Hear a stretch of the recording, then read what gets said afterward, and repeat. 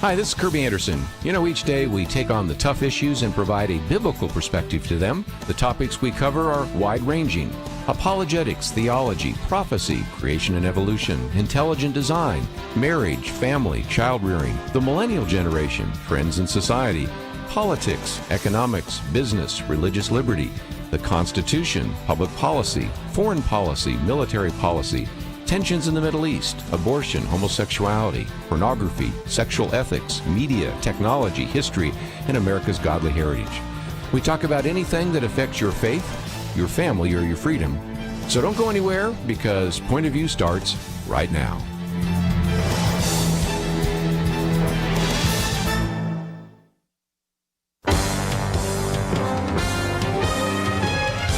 Across America, live.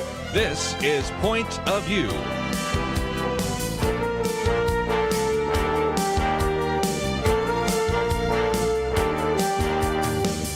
And now, Kerby Anderson. Thank you for joining me. It is the Monday edition of Point of View, and over the weekend, of course, is a time when oftentimes we feature the March for Life, but things were a little bit different this year, as they've been in so many other ways, but I thought it would be appropriate to spend some time talking about life once again. So we're going to be talking in just a minute with our good friend Leanne Jamieson, who is the executive director of the Prestonwood Pregnancy Center. Then I'm going to get into some of the issues in the news. 20 million doses of the vaccine have gone missing. Oh, yes, this is your federal government at work, and some of the state governments as well, so we'll talk about that. Of course, we'll give you an update on the GameStop Robin Hood story. Also, an executive order signed by President Biden that I think is going to change the way we evaluate federal regulations for the future, and this, some people think, may be the most significant of his executive orders, and you probably have not heard about it at all, but you will hear about it here on Point of View. Matter of fact, most of the stories we're going to cover today, you probably won't hear anywhere else except on Point of View.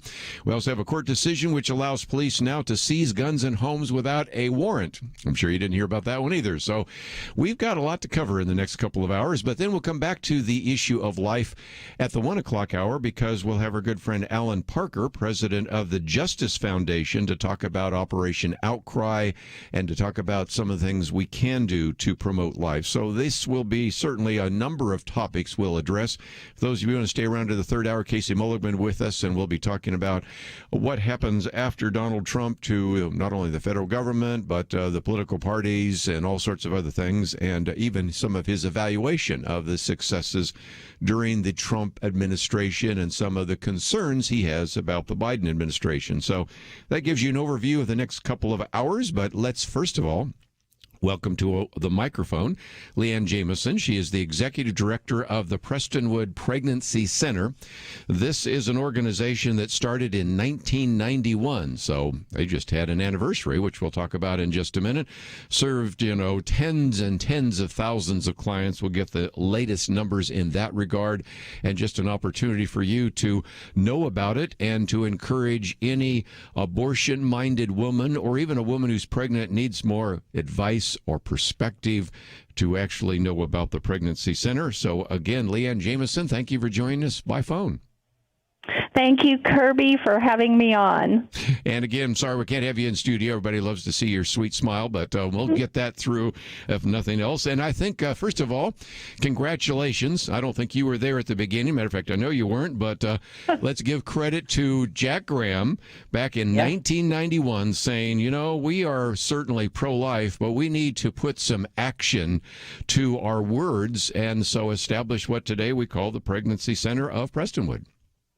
Yeah, 30 years ago, I'm pretty sure none of us thought that we would still be at the point that we are in this nation. But, it is a bittersweet anniversary. I am grateful for just the opportunity to speak life into what's often a difficult situation, but so praying that there be a day where abortion is not just maybe illegal, but unthinkable as well. Well, and again, we live in a world right now which, because of the lockdown, we've had governors in a number of states say, well, abortion clinics are essential services, but you have recognized that certainly providing life counseling is essential. So educate our listeners. I know you've been on the program before talking about the various changes you've had to make at the Prestonwood Pregnancy Center, but even in the midst of this lockdown, even as we're coming out of that lockdown, even as we're social distancing, you have been very effective and on the front line. So talk about what you've had to do. I mean, I think a year ago, none of us knew what exactly ministry was going to look like ahead. But so thankful for a God that is wiser than we are. And yes, so when the pandemic really came full force to Dallas, Texas, we knew that we had to keep operating, that we really did believe that we are the essential service, that we're speaking and promoting life. And certainly in those days after the pandemic, we saw a lot of job loss, a lot of hardship, and that was just compounding the crisis of an unplanned pregnancy. And so we knew that we were going to stay open. That does not mean reckless. It certainly was cautious, and we put some things into place to protect our clients and our staff, but we didn't stop operating, and certainly the need was great. In the days and weeks and months, and now even a year later, we see a very complex situation become even more muddied because of the fear of a virus and also what that means for a family and a pregnancy. And so grateful that we were able to keep operating and provide some of the resources that those families needed at that point. Let's talk about if people go to the website, and we have prestonwoodpregnancy.org for people to find.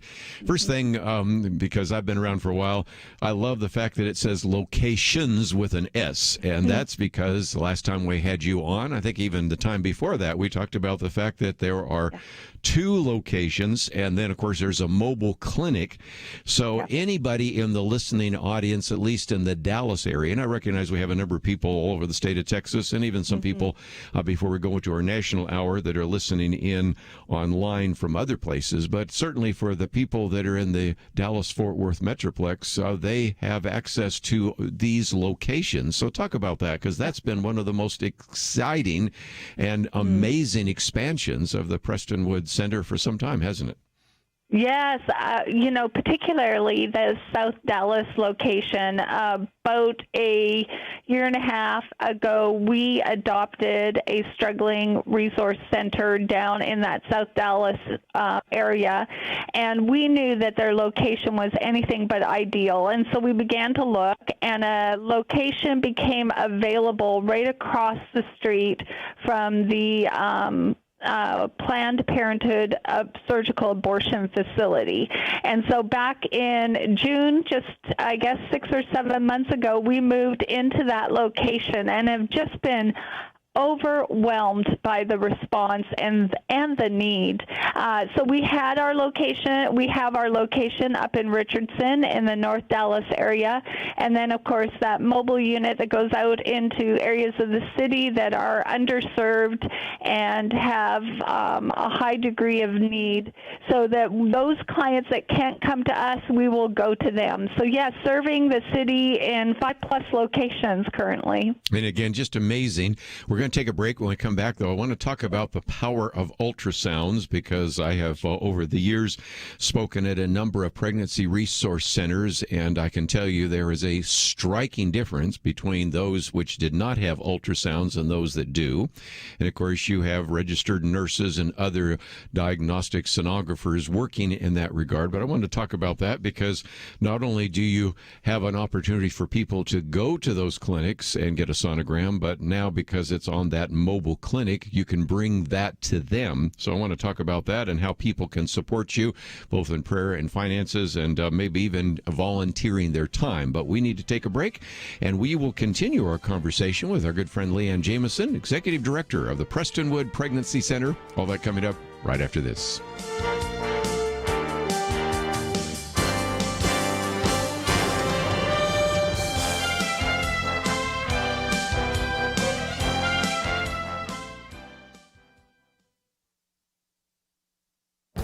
This is Viewpoints with Kerby Anderson. We're hearing more and more talk of instituting a domestic war on terror. Glenn Greenwald says that he has seen all of this before.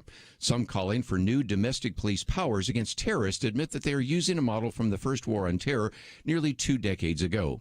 Politicians and pundits even suggest that we think about creating a 9/11 type of commission for domestic extremism. That would obviously be modeled on the 9/11 commission established in 2002. Perhaps they argue that some of the lessons from the fight against Islamic terrorism can be applied to the threat here at home. Sure, let's just take the various weapons we used on foreign battlefields and import them onto a domestic soil against our fellow Americans. Glenn Greenwald reminds us that many of the abuses that surface due to the threat of Islamic terrorism. The authorization to use military force has been responsible for 2 decades of war. The Patriot Act that radically expanded government surveillance powers was enacted on the promise that it would be temporary and sunset in 4 years. He also asked why we would need new terrorism laws in a country that already imprisons more of its citizens than nearly every country in the world. What acts should be criminalized under these new domestic terrorism laws? We can assume that what will be criminalized will be anything the party in power dislikes. The justification for a domestic war on terror comes after the January 6th riot in the U.S. Capitol. Let me end with some needed common sense. If you attacked a police officer, you go to jail, whether you're carrying a Trump flag or an Antifa flag. If you trespass on federal property, whether a federal courthouse in Portland or the Capitol in Washington, you go to jail. We don't need new domestic terror laws. We need to enforce the laws we have. I'm Kerby Anderson, and that's my point of view.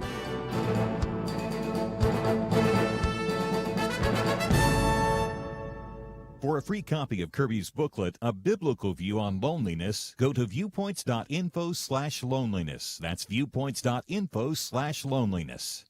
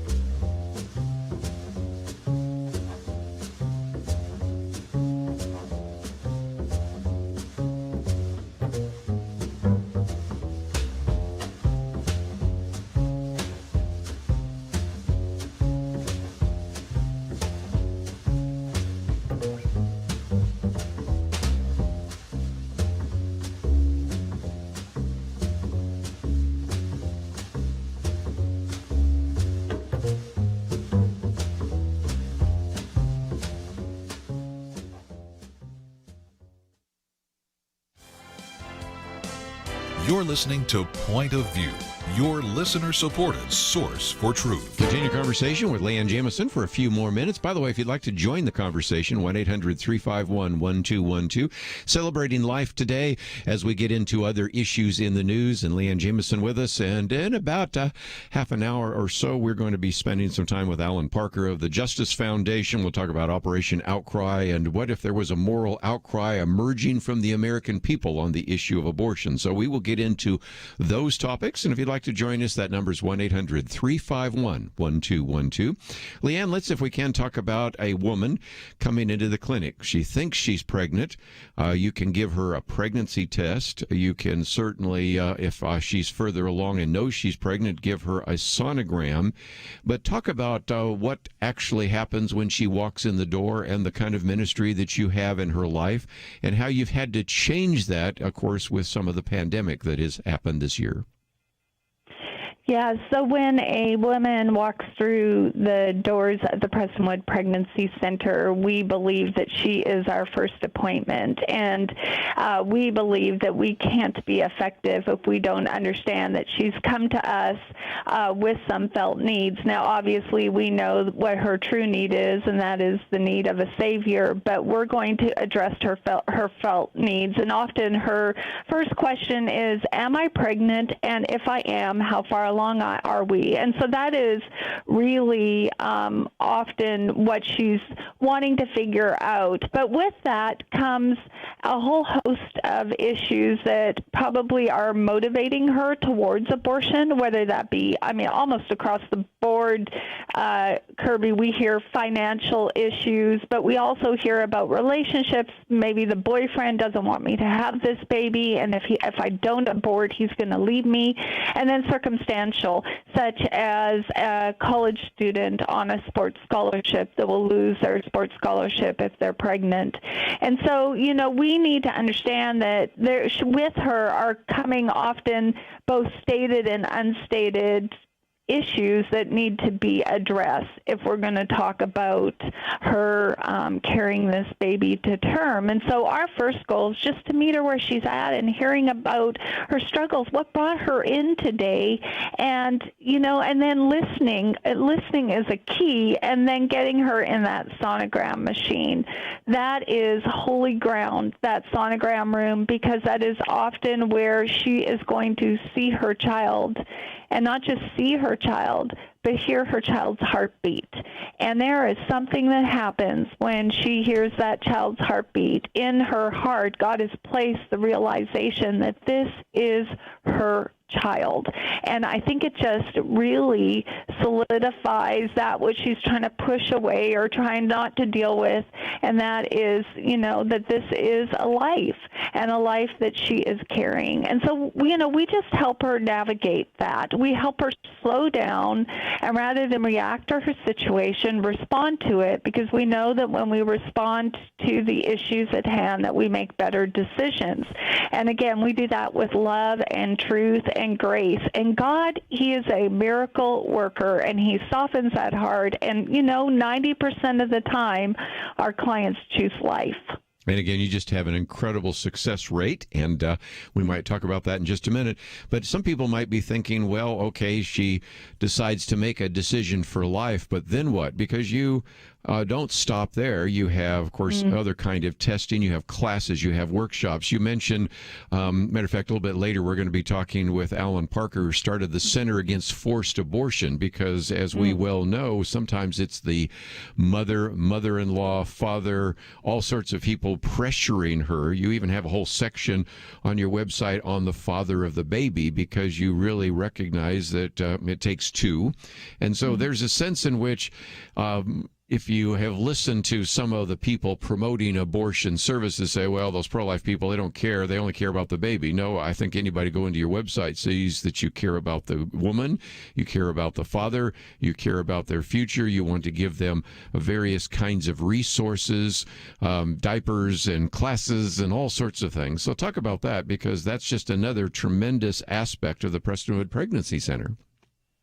Yeah, last year, as an example, Kerby, we helped 1,400 families in the Dallas area significantly with needs for their babies. So whether that be cribs and car seats and strollers and diapers and clothing and more, we have a whole needs assessment that we walk through with our clients to be able to pinpoint those areas that are going to be friction points, or those areas are going to be difficult for them to be able to either parent themselves or place for adoption if that's what they're being led to.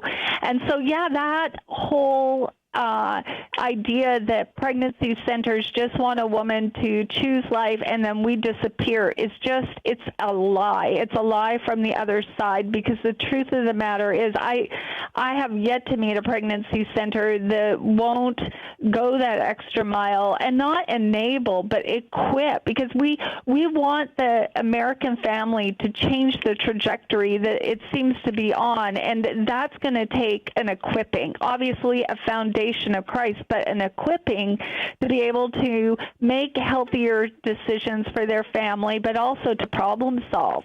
And so, sometimes it's as simple as us having a mentor take a young woman by the hand and showing her, how do you make good choices, or offering classes on parenting or childbirth, or we have a lactation specialist on staff.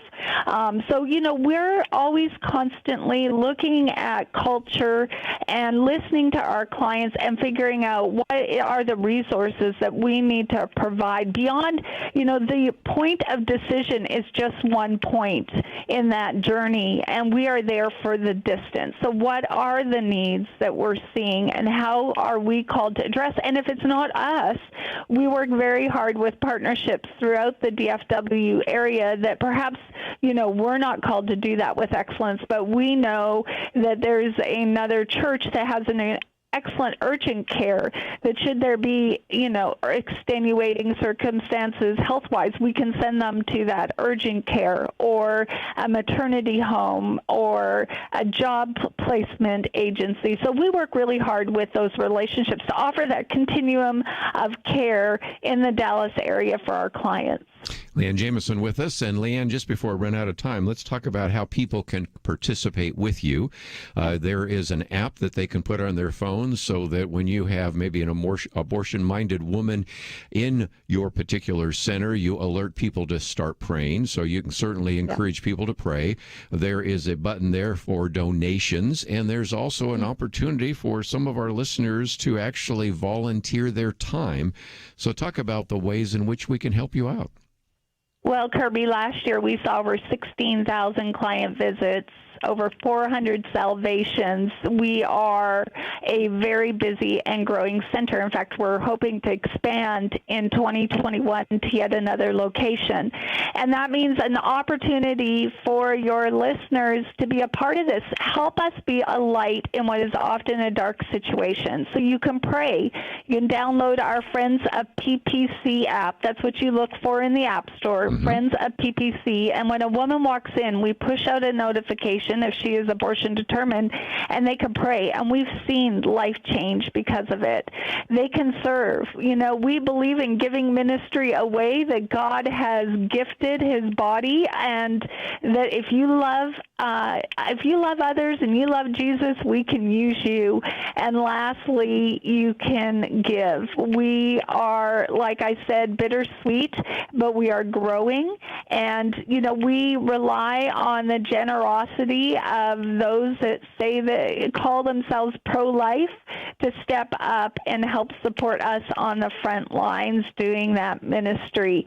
It is a Jesus ministry, and great and incredible things are happening through pregnancy centers all over this nation. And again, the goal there is to save babies, but I've also seen you do very well at saving souls, and just another aspect of that as well. PrestonwoodPregnancy.org. You can find that there. I would encourage you to get the app, and most importantly, I would encourage you to get involved in one way or another. And Leanne Jamieson, you're one of our heroes, so thank you once again in the midst of life, Kerby, to celebrate life and to give us an update, and look forward to the next time when maybe we can put you in studio. I would love that, Kerby. Praying for that day. Thank you so much for being a champion for life as well. We're going to take a break, and like I said, in about a half an hour, we're going to have Allan Parker with us, Justice Foundation, so we'll look at the other aspect. I mean, pro-life allows you to minister to women through pregnancy centers. Pro-life allows you to actually lobby legislatures or to deal with legal issues. There are all sorts of places where you can get involved, and so we wanted to certainly celebrate life as we kind of look back on the virtual March for Life. This has to change, but again, one of our favorite days of the year. And that took place over the weekend. That's why we're talking about life. But when we get back, we're going to get into some of these issues in the news that maybe you haven't heard anywhere except right here on Point of View. Sometimes I think about seeds. You ever stop to consider that some seeds become entire trees, and some trees grow up and produce fruit? Other seeds become flowers or vines that bring us vegetables or berries. And some trees don't have fruit, but they're just pretty, especially in some parts of the country when it comes to the fall colors. Yes, sometimes my mind goes off like that. And I also think about such things when it comes to the seeds that so many have planted in the quest to impact our nation through Point of View Radio. You may think that your gift is a small thing, but like a seed, it can grow to have an impact beyond your imagination.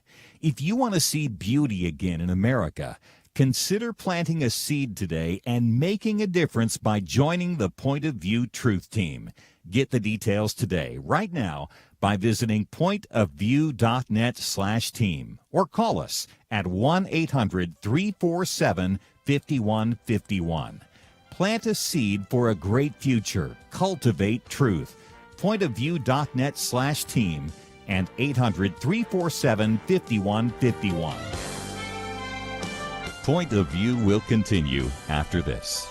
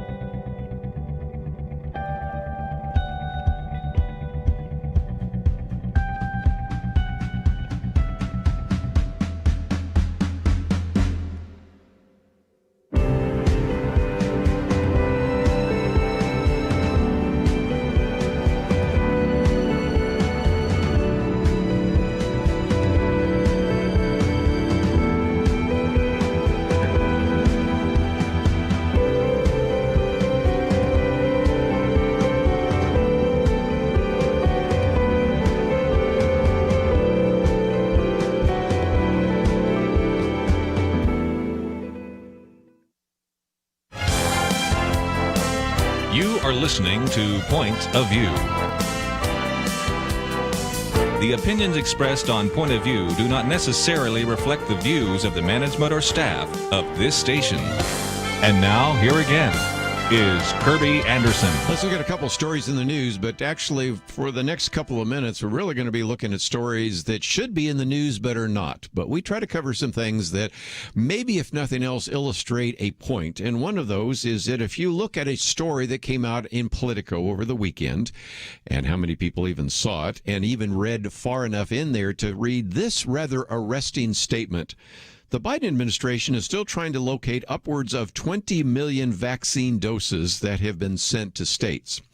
Now, I recognize some of you don't want to take the vaccine. Others of you would like to find it, and it's like trying to find the golden ticket for Willy Wonka. And it is amazing to me that the federal government, we're not talking about losing 2,000 vaccine doses or 20,000 vaccine doses or 200,000 vaccine doses or 2 million vaccine doses. We're talking about having misplaced, lost, whatever you want to say, 20,000 vaccine doses. This is the federal government and the state government. Now, again, I'm not trying to be overly critical of the bureaucracy because we have good people in the bureaucracy. I've met many of them, but I've oftentimes said you take good people, put them in a bad system, the system wins. We all know great teachers that when put in the public school system end up being frustrated because you put good teachers in a bad system. Public school system right now has got a lot of problems. You end up with a bad result. And if you don't think so, just look at the testing results. But here's the same thing. You take good people that want to do the right thing in the federal or state government, you put them in a system that's inefficient and not very accountable, and you end up with this. We cannot find 20,000 million doses. Now, if you want to blame the Trump administration, knock yourself out. But this is an incoming administration that on more than one occasion said they would be ready day one. June 30th, Joe Biden, candidate. If I should have the honor of being elected president on the day I'm sworn in, I'll get it right implementing this on that November 18th. After the election, we'll be ready on day one, December 8th. My healthcare team going to be ready on day one to actually do all that is necessary. And of course, you might say, well, they didn't do enough in the transition. Well, I documented in this program over 300 meetings with the individuals in the Trump administration with the Biden transition team. And let's be fair. I mean, after all, it's only February 1st.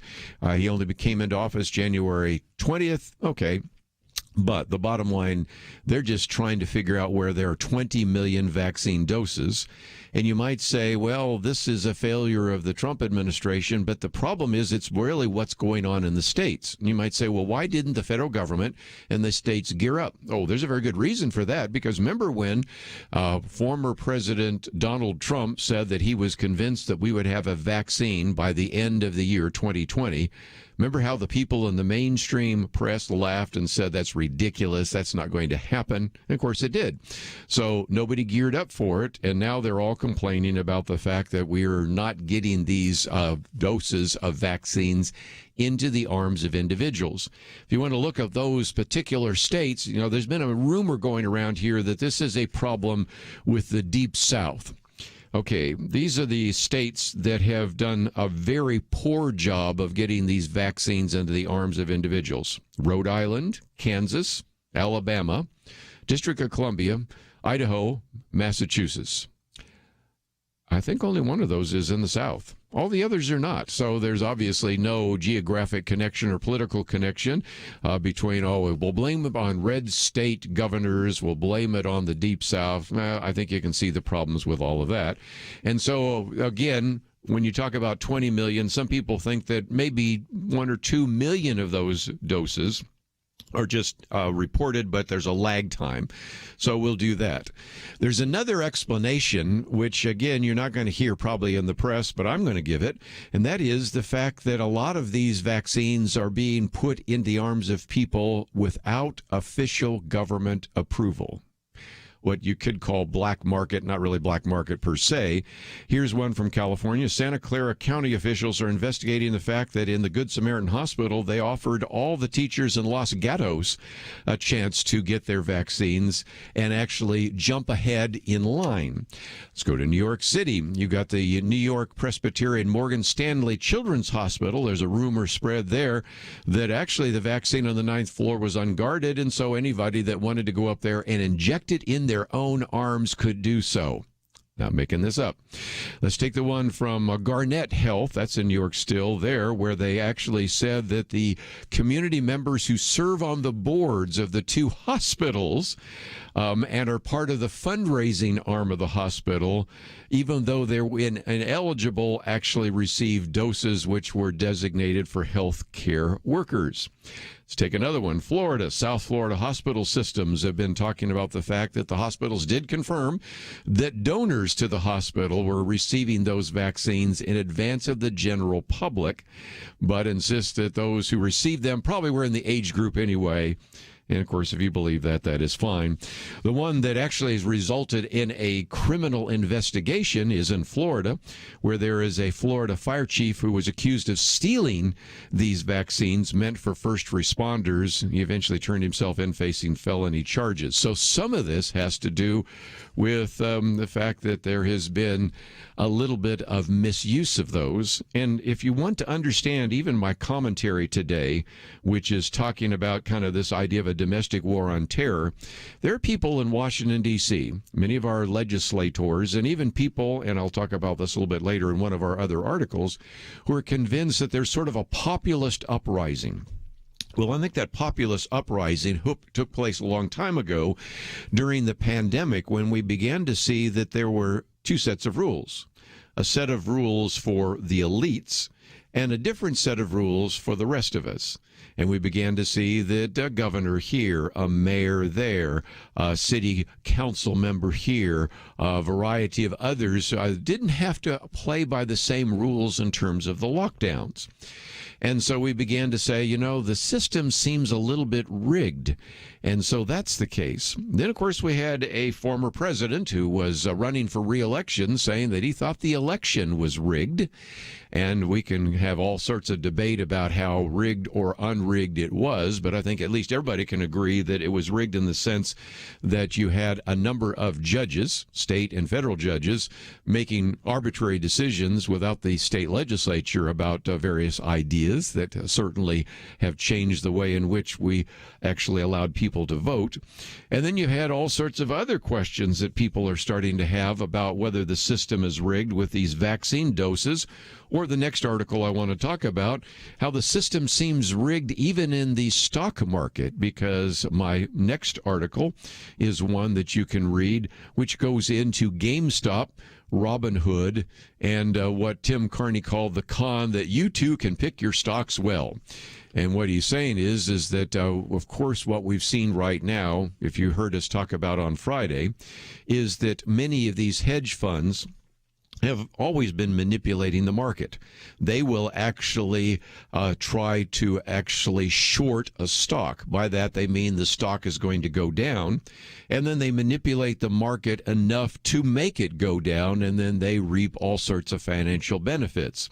Well, you've had a couple of young individuals, probably out of their basements, probably sitting around in their sweatpants, who said, if we all get together simultaneously and buy GameStop stock, it will go up, and these individuals that shorted the stock are going to pay a heavy price, and they have, by the way. It is, as a matter of fact, one of these hedge funds looks like it's faced insolvency.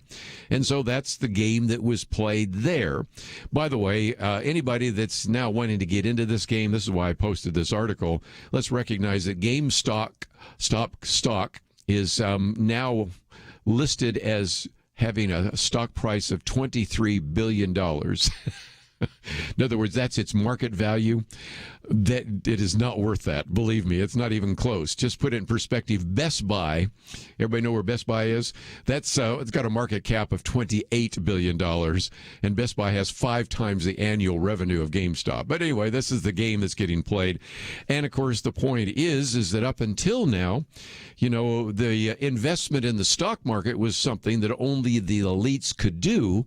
But with the development of online stock trades, and that would be E-Trade and Stock Trade, and of course Robinhood, now the individual investor can do so. And I posted this so that I can warn you not to go and try to do this. Don't try this at home, because I even give you a story about Jim Cramer, who's CNBC's stock guru, who talked about when he was a hedge fund manager how he used to manipulate the stock, but he would do that by buying maybe $5 million of stock futures and then watching it go down. But most of us don't have $5 million or $10 million in free capital lying around, so don't try this at home. But again, it's one more illustration why there's become sort of a populist uprising. Boy, when the hedge funds do it, no problem. When a bunch of kids and young adults do it, we have to have an investigation. And that's one of the reasons why we got sort of this populist uprising taking place right now. We'll talk more about that right after this.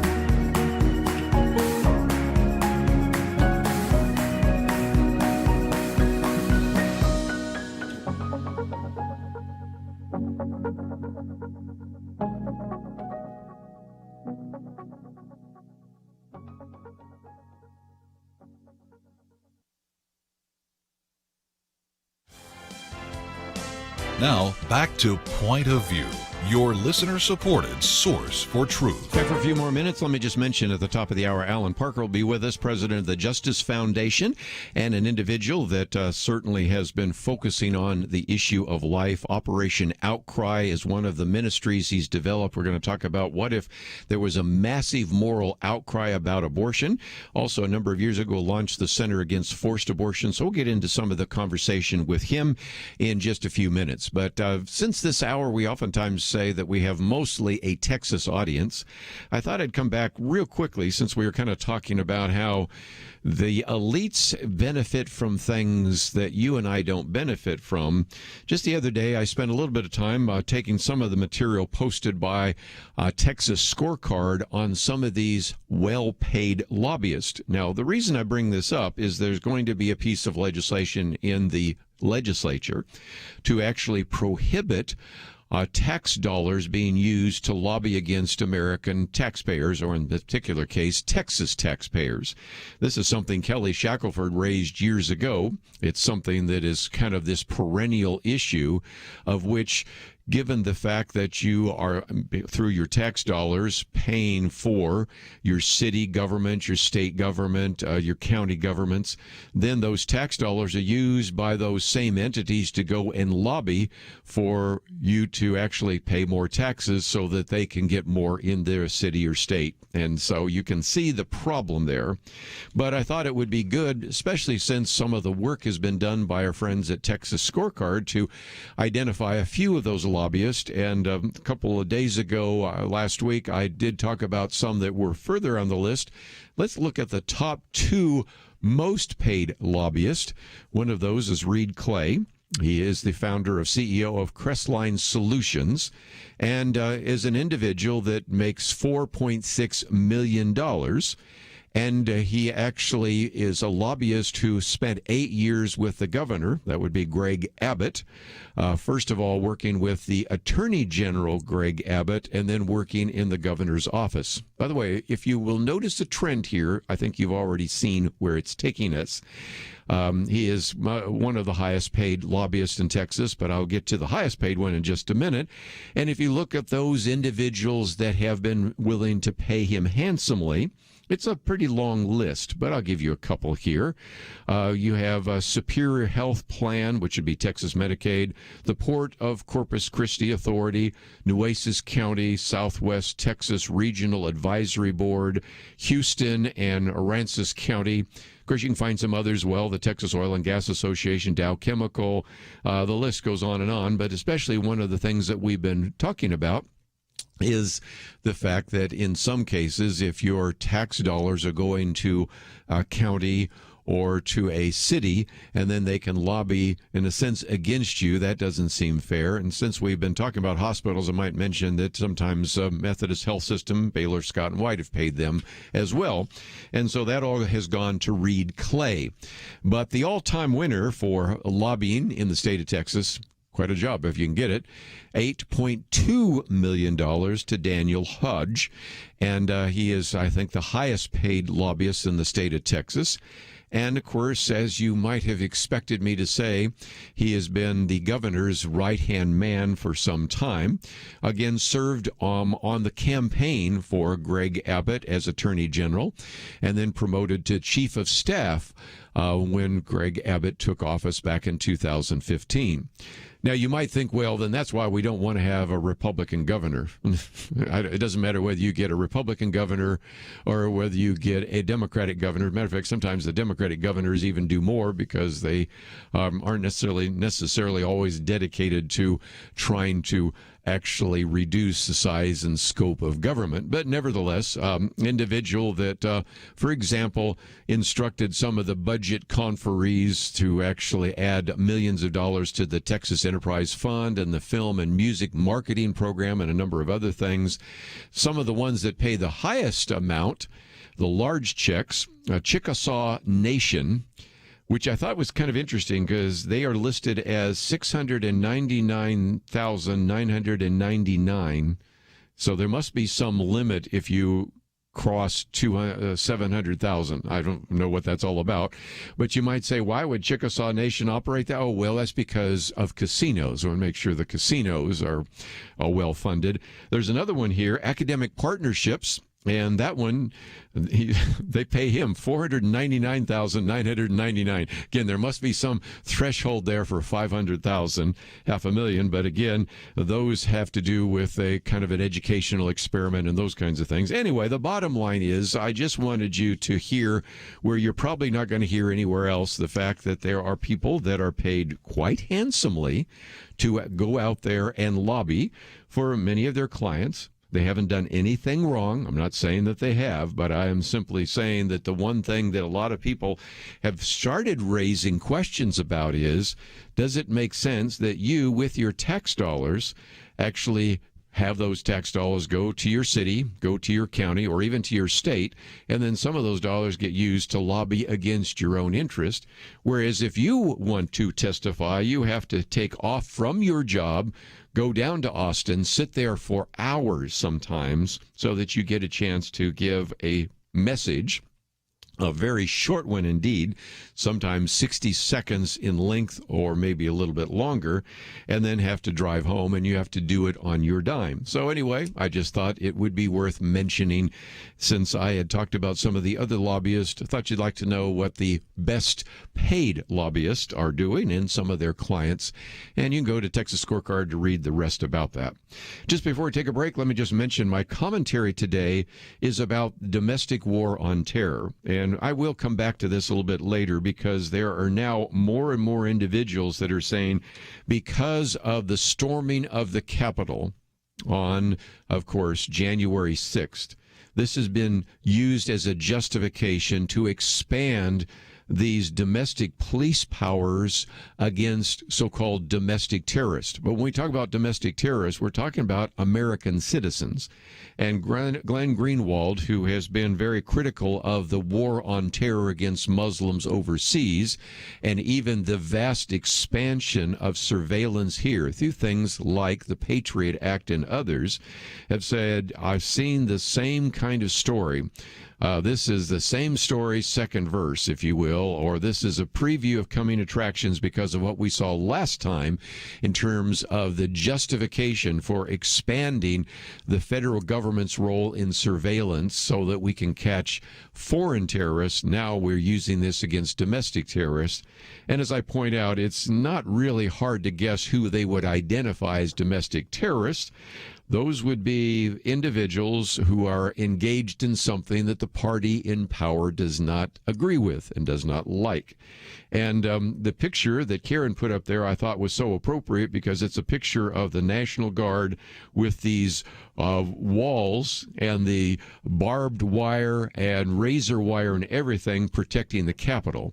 There are people in Congress that are convinced that there is going to be a populist uprising and they're going to be storming the Capitol again, maybe next week during the impeachment trial. Actually, we have to call it the non-impeachment trial because an impeachment trial, at least according to this Constitution I have in front of me here, requires that an actual impeachment trial is convened in the Senate and the judge is the Chief Justice of the Supreme Court, which is not what's happening. But nevertheless, that is just an illustration again of the fear that is being spread justifying police powers against American citizens. And Glenn Greenwald isn't exactly a Trump supporter. As a matter of fact, he's been very critical of the Bush administration, the Obama administration, and certainly the Trump administration, but he is fearful of where this leads, and so that's why I wrote that commentary, and you can read it today on our website, pointofview.net.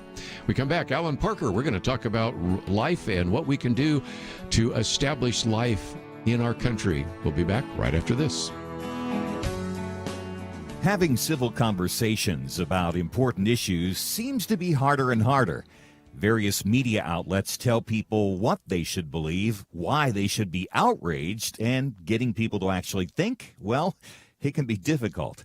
Whether it's the gospel, tax issues, social policy, or just about anything else, you need to have solid information and clear thinking to address the hard issues. You need God's truth applied. And that's what you get in less than 2 minutes with Point of View's Viewpoints Commentary, a daily resource to help you be informed and think through the things we need to be talking about. It is free and will arrive in your inbox each day when you visit pointofview.net/signup. Sometimes we know we should say something, but we're silent because we're not quite sure what to say. Viewpoints Commentary can help you break the silence and change the narrative. It can make you a more equipped agent for truth. Get your free subscription to the Viewpoints Commentary at pointofview.net/signup. Pointofview.net/signup. Point of View will continue after this.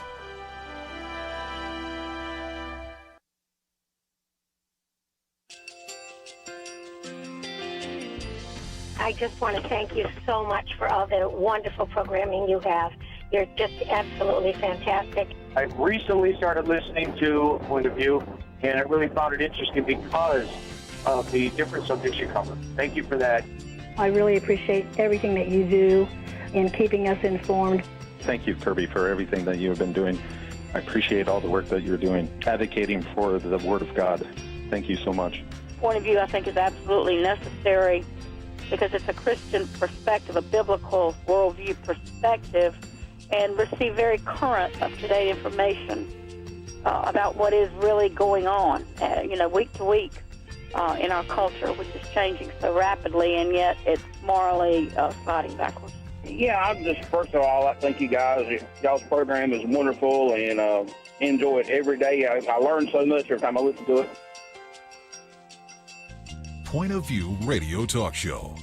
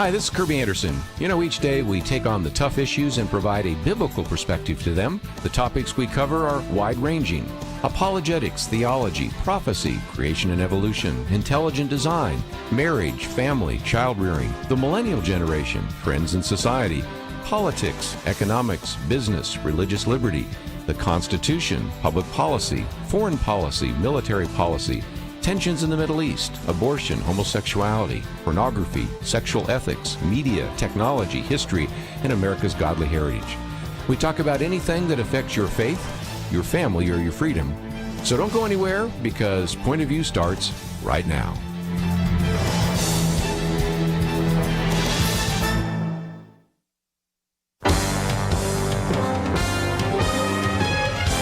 Across America, live. This is Point of View.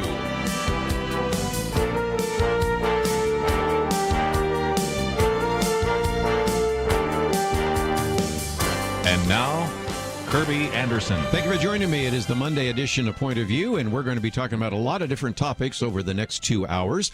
At the bottom of the hour, we're going to have an individual by the name of Allan Parker, who's been a good friend of this ministry, the president of the Justice Foundation, an individual that established not only the Justice Foundation, but later Operation Outcry, as well as the Center Against Forced Abortion. We'll be talking about what if a massive moral outcry emerges from the American people about abortion. So we'll be talking about that. And one of the reasons is that this weekend was the virtual March for Life. Of course, one of the favorite days of the year is this March for Life, where all sorts of pro-life individuals get together. Last year, that was, of course, a great march, but this year it was virtual. So we get into that whole issue of life. And again, we see what is on the horizon as very concerning, because the new administration probably supports abortion on demand in ways that previous other, say, Democratic administrations never did. And so in some respects supports abortion all the way up to birth. And yet 76% of Americans in the latest poll show that they at least believe there should be significant restrictions on abortion, ranging from people who would want it outlawed to those who believe in some kind of regulation. Only 15% accept what is now becoming kind of the de facto policy of this incoming administration. Of course, 77% of Americans oppose the use of federal tax dollars to subsidize abortion overseas. We talked about that on Friday, so that's another factor, and we'll be talking about that with Allan Parker as well. And even in light of this attempt to ban abortions for those children that have Down syndrome, that coming out of South Dakota, 70% also oppose that as well. So what you find is that the American people disagree with some of the things being pushed rather aggressively right now by the Biden administration, which brings me to the first article on our website here. It comes from Leanne Jamieson, who we've had on this program before, who's written about many of these social issues, and now is the incoming president of the Ethics and Public Policy Center. When I first worked with the Ethics and Public Policy Center back in the late 70s, early 80s, Ernest Lefevre was the founder of it, and we've seen a number of different individuals become president. But his piece is called "Religious Liberty Isn't Enough."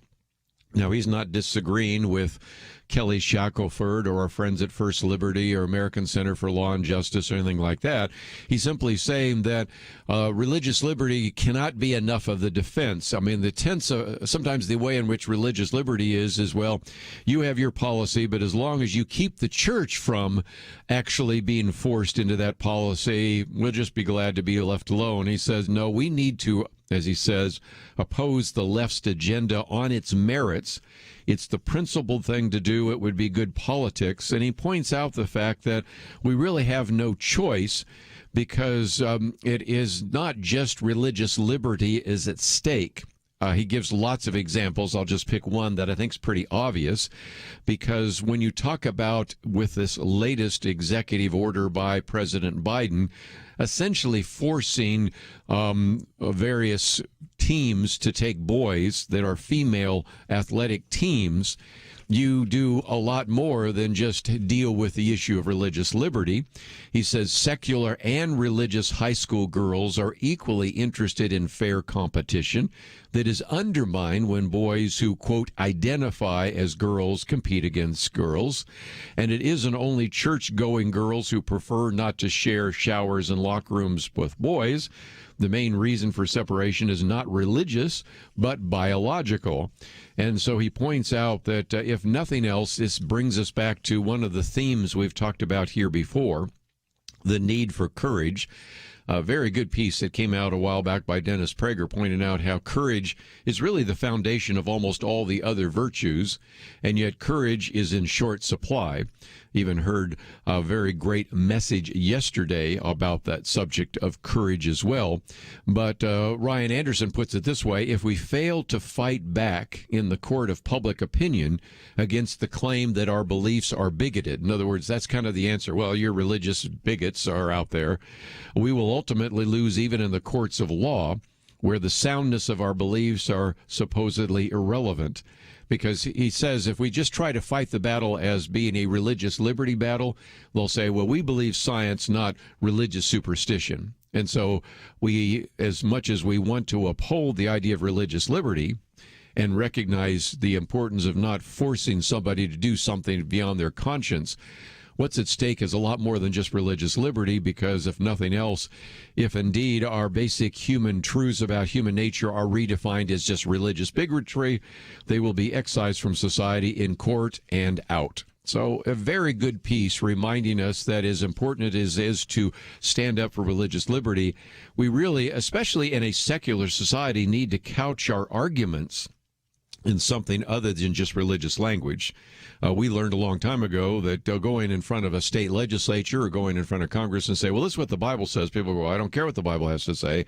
But even now saying this stands for religious liberty, the First Amendment, you need to make even more profound arguments than that. And so it's one of the articles I posted by Ryan Anderson, and I think you will appreciate his material there as well. One of the other articles I've pointed out is this drumbeat now to actually silence conservative media. The examples that are posted on this particular one, I'll just pick out a couple. We mentioned the other day the former security officer for Facebook saying that if nothing else, his argument is that some of these media outlets have abused their opportunity to have a First Amendment protection.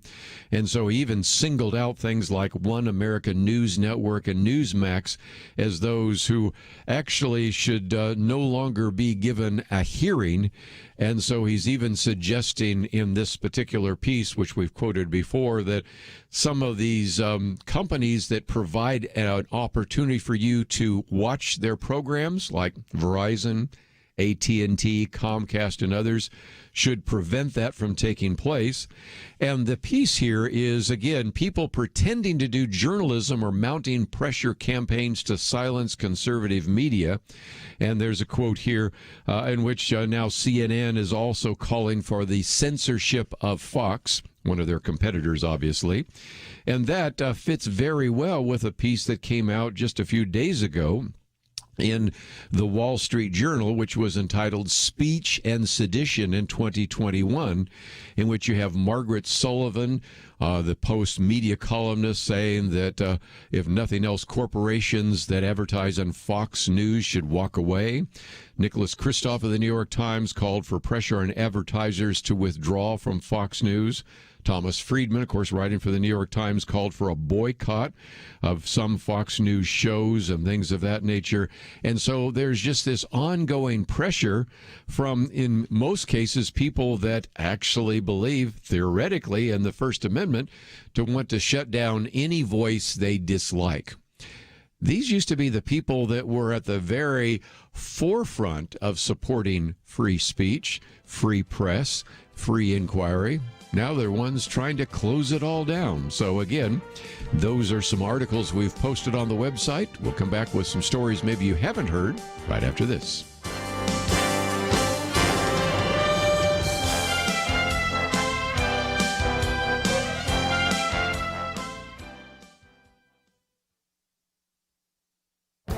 This is Viewpoints with Kerby Anderson. We're hearing more and more talk of instituting a domestic war on terror. Glenn Greenwald says that he has seen all of this before. Some calling for new domestic police powers against terrorists admit that they are using a model from the first war on terror nearly 2 decades ago. Politicians and pundits even suggest that we think about creating a 9/11 type of commission for domestic extremism. That would obviously be modeled on the 9/11 commission established in 2002. Perhaps they argue that some of the lessons from the fight against Islamic terrorism can be applied to the threat here at home. Sure, let's just take the various weapons we used on foreign battlefields and import them onto a domestic soil against our fellow Americans. Glenn Greenwald reminds us that many of the abuses that surface due to the threat of Islamic terrorism. The authorization to use military force has been responsible for 2 decades of war. The Patriot Act that radically expanded government surveillance powers was enacted on the promise that it would be temporary and sunset in 4 years. He also asked why we would need new terrorism laws in a country that already imprisons more of its citizens than nearly every country in the world. What acts should be criminalized under these new domestic terrorism laws? We can assume that what will be criminalized will be anything the party in power dislikes. The justification for a domestic war on terror comes after the January 6th riot in the U.S. Capitol. Let me end with some needed common sense. If you attacked a police officer, you go to jail, whether you're carrying a Trump flag or an Antifa flag. If you trespass on federal property, whether a federal courthouse in Portland or the Capitol in Washington, you go to jail. We don't need new domestic terror laws. We need to enforce the laws we have. I'm Kerby Anderson, and that's my point of view.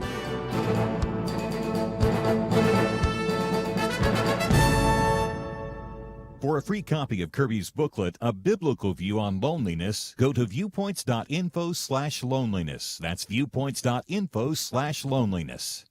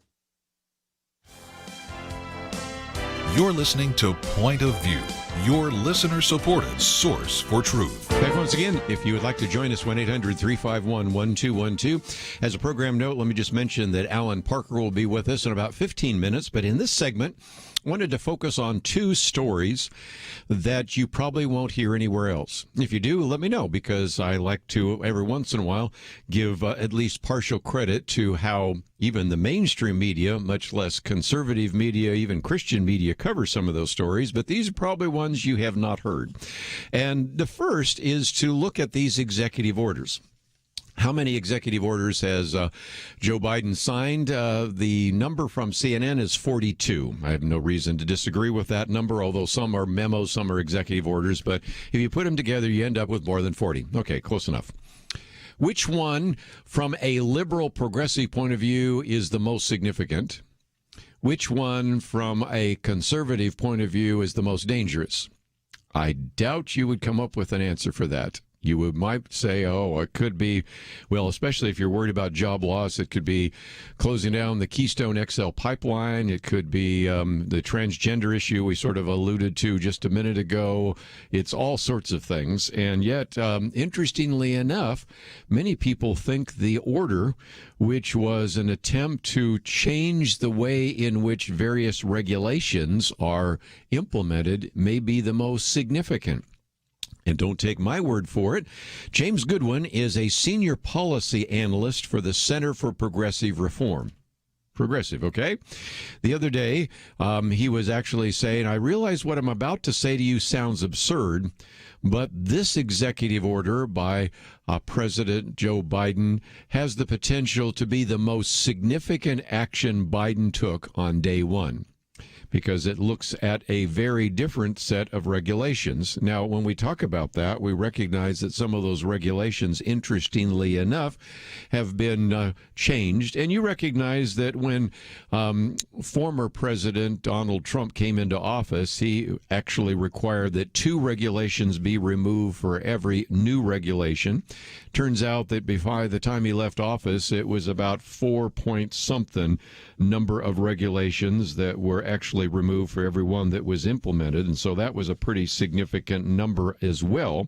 But what's so intriguing about this is that this isn't an attempt to reintroduce some of those regulations. This is to change the way we look at it entirely. But again, let's look at it from a conservative point of view, because Clyde Wayne Cruz is a regulation expert at the Competitive Enterprise Institute. We've had some of those individuals that are with that group on the program before. And he says that he thinks that that executive order is likely to do away with cost-benefit analysis by elevating unquantifiable aims as benefits and deny cost of regulation altogether, which is a lot of words for simply saying, we used to evaluate a policy in terms of cost and benefit.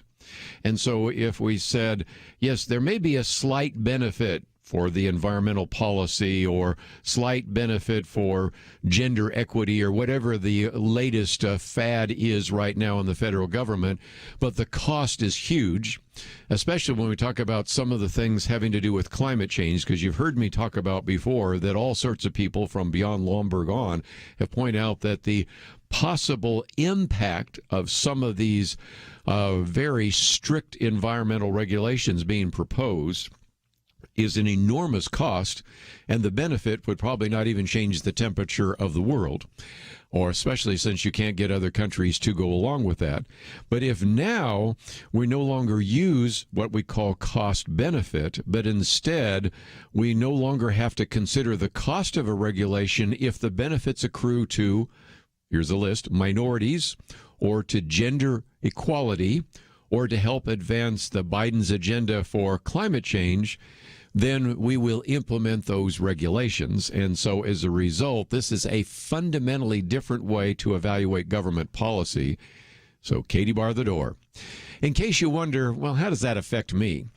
My problem is lots of times in the news, they talk about something that's in the news that doesn't really affect you, but this will affect you, because right now the best estimates are federal regulations cost us about $1.9 trillion annually. That's basically a hidden tax to you and your family.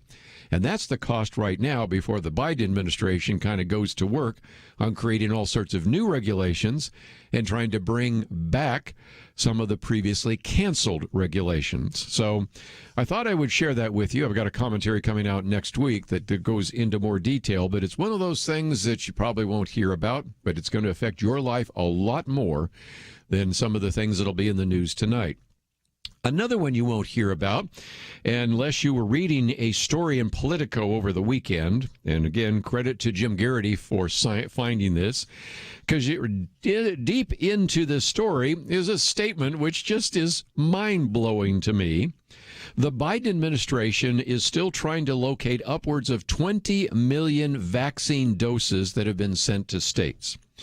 In other words, the federal government can't figure out where 20 million. I mean, again, think about this. We're not talking about 2,000 vaccine doses. We're not talking about 20,000 vaccine doses. We're not talking about 200,000 vaccine doses. We're not even talking about 2 million vaccine doses.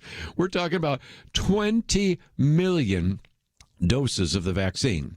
Now, I recognize some of you are saying, I don't want to get the vaccine, but I know a fair number of you are looking around trying to figure out how you could get a vaccine. It's like trying to find the golden ticket for Willy Wonka. And then when you have the federal government and the states saying, we have no idea where all these vaccines are, That is discouraging, especially since we were assured by the Biden campaign and then the Biden administration we'll be ready by day one. Here's a quote from June 30th. Candidate Joe Biden said, "If I should have the honor of being elected president on the day I'm sworn in, I'd get right to work implementing all the aspects of the response that remains undone." Okay, November 18th, after being elected, "We will be ready on day one," he says. Then President-elect on December 8th, "My healthcare team is going to be ready on day one to spare not a single effort to get the pandemic under control so we get back to work, get back to our lives." And of course, you've heard me say before that all of a sudden now he says that we're just going to have to ride this out for months. So, as a matter of fact, on January 14th, he said we'll have to move heaven and earth to get more people vaccinated. And yet we can't figure out where these 20 million vaccine doses are. Now, to be fair, first of all, it's possible that part of that is an accounting error. In other words, there is maybe a percentage of those, some people think it could be even 2 million, that there's a lag in data reporting. So maybe as we eventually get some more data coming in, we'll have that. But it also illustrates, again, that a lot of states are doing a very poor job of getting the vaccine into the arms of individuals. And what you've heard in the past is, well, this is a problem with red state governors, or this is a problem with the Deep South. Okay, here's the list. This comes from Bloomberg's tracker of the states with the smallest percentage of vaccines that have been administered. That would be Rhode Island, Kansas, Alabama, the District of Columbia, Idaho, and Massachusetts. Did you notice any southern states? One, Alabama. Were the others southern? No. Are all those states ones that are run by red state governors? No. So again, if you see that in the news, don't believe it, because it's just an attempt to try to spin the facts about what is taking place. But before we take a break, there's some evidence that suggests that part of the reasons we have lost track of those vaccines is because they've been giving them to people that shouldn't be receiving them. Those of you in California, let's go to Santa Clara County, in which the South Bay's Good Samaritan Hospital talked about offering all sorts of vaccines to Los Gatos teachers, even though they at the time did not qualify for them. Let's go to New York. There was a rumor said that there was actually a line on the 9th floor in which there was an unguarded doses of the vaccine so that anybody could go up there and receive the shot, or for that matter, even inject it into themselves. The Garnett Health vaccine said that this actually went to people that serve on the boards of the hospitals there and are engaged in fundraising. And for our listeners in Florida, you have now 3 hospital systems in South Florida in which the hospitals did confirm that those people that received this were in many cases people on their board or other people that weren't actually around people that had COVID-19. But then they tried to assure us that, after all, these were still in the age group that is supposedly prioritized. And perhaps the worst, you have a Florida fire captain down there that actually stole some of the vaccines that were meant for first responders so he could distribute them elsewhere. He now faces a felony charge. So that may be where some of those vaccines have gone, to people that shouldn't have received them, at least initially. But it just illustrates, again, some of the problems with the distribution of these vaccines. But let's take a break. Allan Parker will be with us. We'll talk about pro-life issues and the battle on abortion right after this.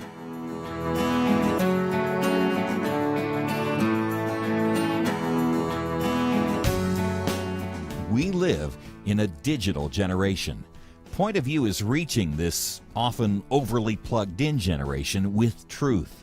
You can keep up with us 24 hours a day using your phone, your tablet, your laptop, or your desktop. Search for the Point of View Radio Talk Show on Facebook, where you can keep up with today's issues, learn about current and upcoming guests by liking us on Facebook. Also, follow us on Twitter. Our handle is @PointOfViewRTS.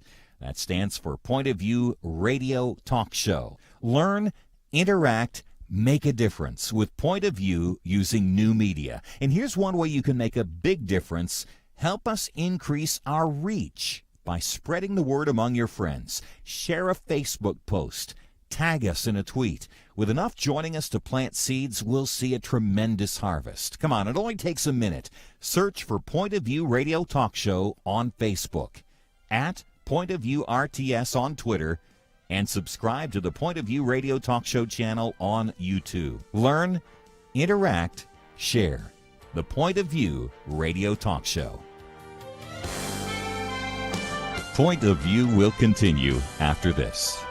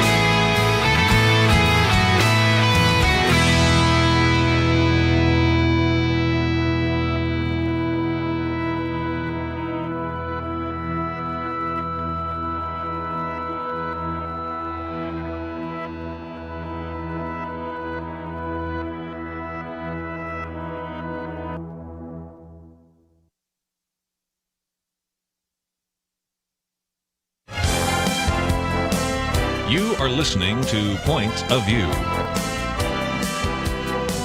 The opinions expressed on Point of View do not necessarily reflect the views of the management or staff of this station. And now, here again, is Kerby Anderson. This last weekend was the March for Life, and again, it was a virtual March for Life, very different than what has happened in the past. One of the most encouraging signs to me is oftentimes to watch the March for Life, to have people there calling back to us and telling us what's been taking place, to see the number of young faces and to see the incredible impact that the March for Life has had. And so we thought it would be good, before we move on to some other stories, to spend some time talking with our good friend Allan Parker, who is the president of the Justice Foundation, received his law degree from the University of Texas School of Law. You might remember we in the past talked about the fact that he for a while was the lead counsel for Norma McCorvey, who was actually part of the Roe versus Wade lawsuit, as well as Sandra Cano, who was, of course, the Doe versus Bolton one. And he has certainly founded not only the Justice Foundation, but also what is called Operation Outcry. We're going to talk about what about a massive moral outcry if it emerges from the American people on this issue. And then also launched the Justice Foundation Center Against Forced Abortion. We have lots of information about him and the website. We encourage you to click on those buttons and to find out a little bit more and sign up. And Allan, thank you for joining us today here on Point of View. Thank you for having me. It's great to be with you. What about the March for Life? I've always been so encouraged by that, even if it was virtual. That is, if nothing else, a reminder of the sad legacy of Roe versus Wade, but many people over the years have seen this as a way of focusing on the positive aspects. And even an hour ago, I had a chance to interview somebody who's with a pregnancy center that certainly is an illustration, again, that when you talk about pro-life ideas, the ideas of life are really winning the ways around our culture today, aren't they? Absolutely. And attending a March for Life is one of the ways that we witness before heaven and earth, in the words of the old prophets, that abortion is a crime against humanity and against God. And both Norma and Sandra, who were the Roe and Doe of Roe v. Wade and Doe v. Bolton, both of them asked us to take their cases back to the U.S. Supreme Court and put them on record as saying they were wrong. And abortion is not good for women. It's not good for children. It kills children. Abortion is a crime against humanity, which is when the government withdraws legal protection from a class of human beings. And both of them, I believe their cases will be cited when Roe is overturned, which I believe it will be someday. The court will say, by the way, the women whose cases we're overturning asked us to do so. And now we're finally listening to them and the women injured by abortion, and we're adopting the way that makes abortion obsolete in America. Let me just mention that we do have a link to thejusticefoundation.org. You don't even have to remember that because we have it on our website, pointofview.net. We'll talk about some of the resources there. But I thought for just a minute, Allan, we have a new administration, and a number have been saying, I've got this one from Gary Bauer, who's been on the program with us, and Penna Dexter and Dr. Merrill Matthews were with us on Friday, that this may be the most pro-abortion administration in history. Now, you've got to recognize you have Bill Clinton, you have Barack Obama, but at a time when now it almost seems like this administration supports abortion all the way up to birth, you have at least, 3/4, I think it's 76% of Americans support significant restrictions on abortion at a time when we now have this new executive order using federal tax dollars to subsidize abortions overseas. You have 77% of Americans opposing that. So in some respects, this administration so far, and we're only a few weeks into it, seems to be more pro-abortion than any administration in the past and more out of step with where the American people are. Is that a fair assessment? That is absolutely true, and we're grieving over that we have lost the Senate and the House and the presidency, and to the most radical pro-abortion, including up to the moment of birth and even beyond. If the baby's born alive during an abortion, they'll just allow the baby to die. So this is the most radical pro-abortion administration in history. And it's particularly grievous because we had the most pro-life administration in American history. President Trump not only fought it in America, he fought it around the world and created a coalition of nations to fight abortion around the world. But I will say, praise God, he gave us 3 experts on the law of judicial precedent on the Supreme Court. So for the first time in our history, we have 6 judges who believe that Roe v. Wade was wrongly decided. If you just asked them in a private conversation, was Roe wrong, they'd say yes. But that's not enough to overturn it under the law of judicial precedent. So we have work to do, but you could never do it with judges who think that Roe v. Wade is a good thing and was correctly decided. That's what the moral outcry to do is convince the Supreme Court legally why should Roe v. Wade be reversed at this time. Let's talk about that idea of moral outcry. And even as you encourage people to maybe sign the petition, you tell a story, and you and I are old enough to remember this, but I recognize I have younger listeners that really are unaware of the 1992 case of Planned Parenthood versus Casey.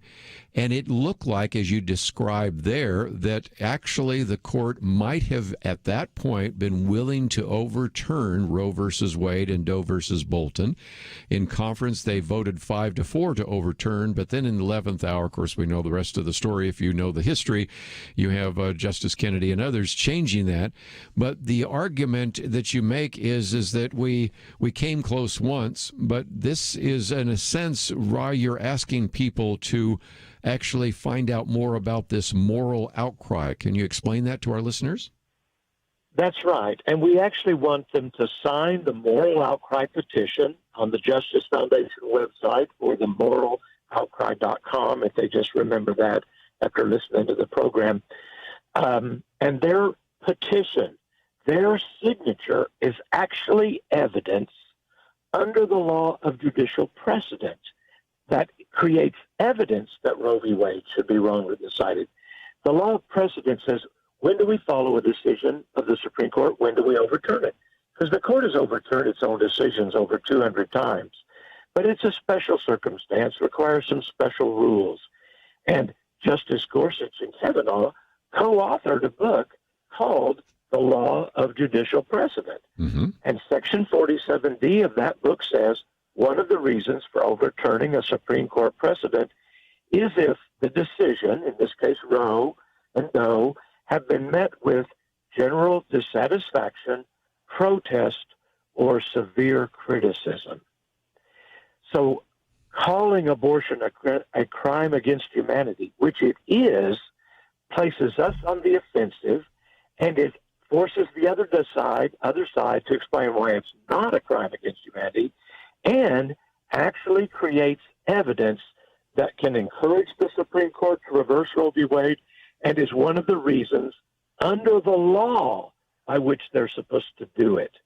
Normally, you don't want the court swayed by public opinion, but if the decision has been wrong, like Roe was, and it's come to be accepted by everybody, well, maybe you just go with it.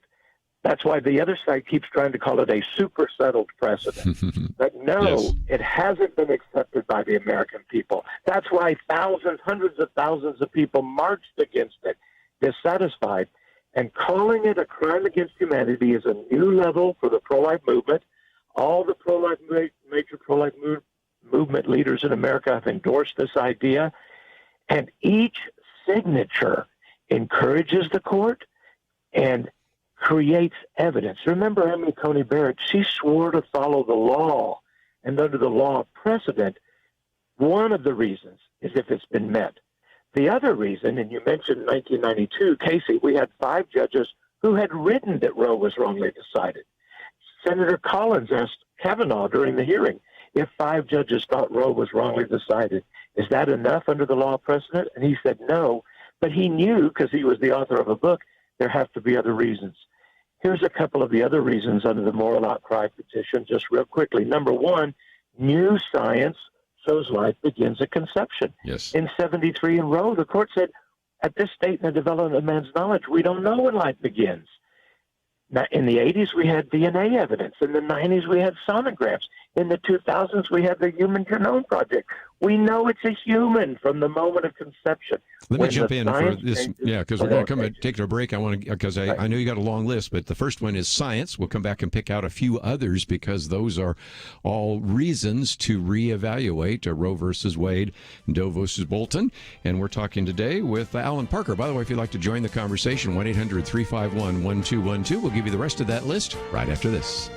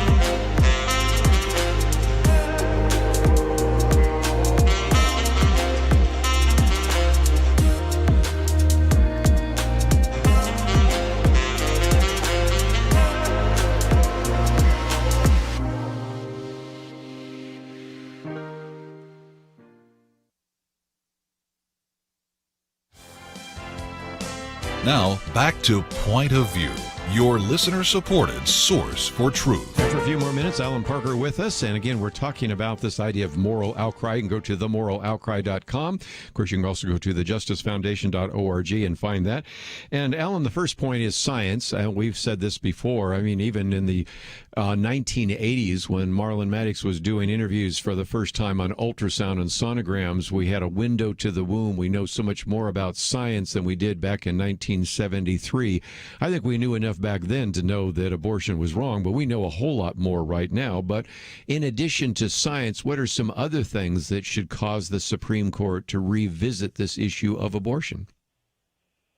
Well, abortion is obsolete now. There's a better way to help women than to kill the child and injure themselves. Because the court really didn't. What was the problem that they were trying to solve?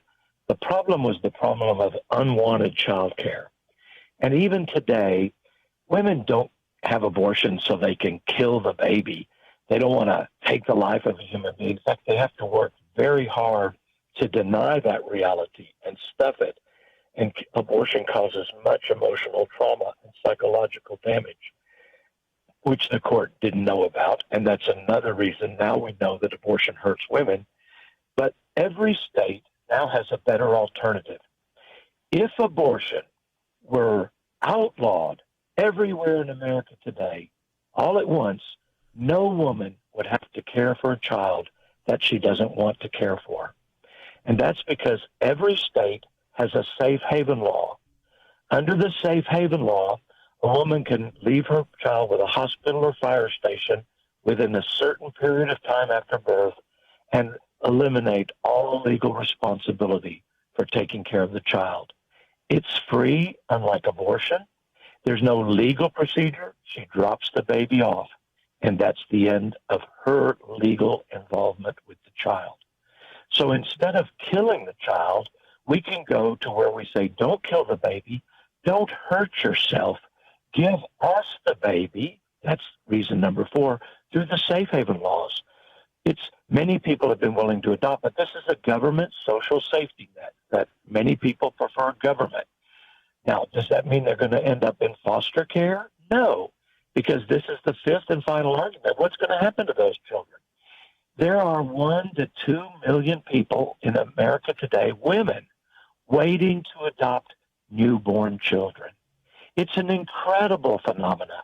Start just asking a crowd of people, do you know anyone waiting to adopt a child? Hands will spring up everywhere because about 10% of American women are infertile, which means they can't have a baby after a year of trying. That's 6 million women every year. Some come into the age-bearing years, some leave it. But about 1 to 2 million of that every year want to adopt a newborn baby. They may not think they can take care of a foster child, an abused and neglected child, but they think, I can take care of a baby. I can give that baby love. So we now have a change in law and circumstances which justifies, under the law of precedent, changing Roe so that we can do the love solution, stop killing human beings, stop the crime against humanity. It's like Dred Scott and slavery. It's that horrible. It's not just wrong. It's horribly wrong.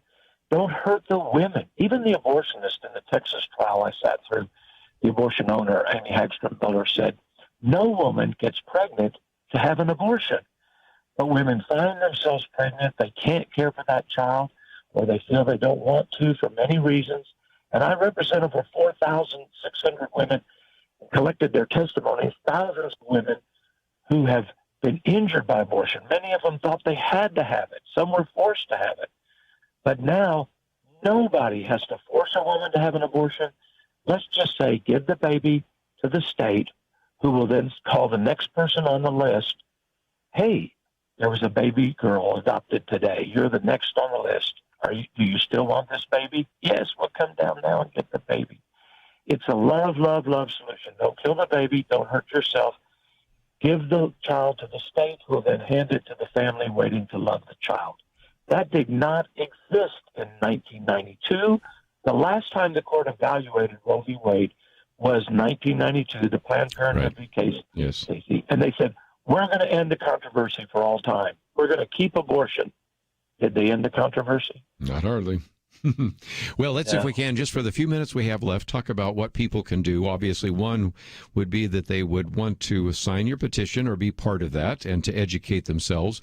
Something you said in passing I thought would be helpful, too, and that is that both Norma McCorvey and Sandra Cano actually repented of this and changed their testimony on that. And if they go to the justicefoundation.org, they can download both of those testimonies, because I know that if they were to say that right now on Facebook and say, do you know that those individuals who were the very foundation of these cases for abortion, to legalize abortion, changed their minds, people go, no, how do you know that? And so you have a chance for people to actually read, to download and read those testimonies. So that's available. But what are some other things that some of our listeners can do to push forward on these very important issues that you're working on right now at the Justice Foundation? That's right. And those were sworn, written, legally admissible testimonies. So They're not just somebody's thoughts. They're in their own words and their own thoughts and what they wanted to say to the court. They can sign the petition. That's the most important thing, and then share the petition. We already have over 350,000 signers. Our goal for this year is 1 million people, and by the end of next year, 3 million people. This isn't something that's going to go away. We will file your name in our briefs at the U.S. Supreme Court in all the abortion cases that come up. The last one was the Mississippi ban on late-term abortion, which is at the Supreme Court being considered right now. But there'll be other cases. We don't know which case will be the one to reverse Roe v. Wade. We support all pro-life legislation with these amicus briefs. And the phrase moral outcry came from Justice Scalia himself. There were people praying outside the court against abortion with red life tape on their mouths. He sent a friend out and said, "Thank you for praying for the end of abortion, but where is the moral outcry?" And so this is your portion. You can do something. Just sign the petition. We're a nonprofit public interest litigation. We represent Melinda Thibault, the founder. We'll file a brief, and in a footnote in that brief, we put your name, just your name, not your personally identifiable information. You're not going to get doxxed and hurt. But we need to stand up for the truth. We need to be not afraid and take action. This is easier than praying in front of an abortion clinic, which is a great thing to do, and I support that. I think that's what's led to a lot of closures of abortion facilities in the spiritual realm. But we have to be in the legal realm, too. We have to be in the courts. And listen, you can download it and give it to your pastor. Justice Kennedy said, whether or not to have an abortion is a difficult and painful moral decision. He wrote that opinion. Very good. So whose job is it to teach morality? The church. But what do the pastors tell us sometimes? Oh, no, that's a political issue. We're not going to get involved. Well, we want people to get involved for sure, especially with their pastors and individually. So if nothing else, Allan, I appreciate you joining us today. And again, people oftentimes say, well, what can I do? Well, we've given you some action items, and that works within the legal realm. So again, thank you for joining us. We have a link to the justicefoundation.org. Of course, you can go to themoraloutcry.com either way and find that information. So thank you for joining us, especially as we've been talking about the March for Life that took place this weekend.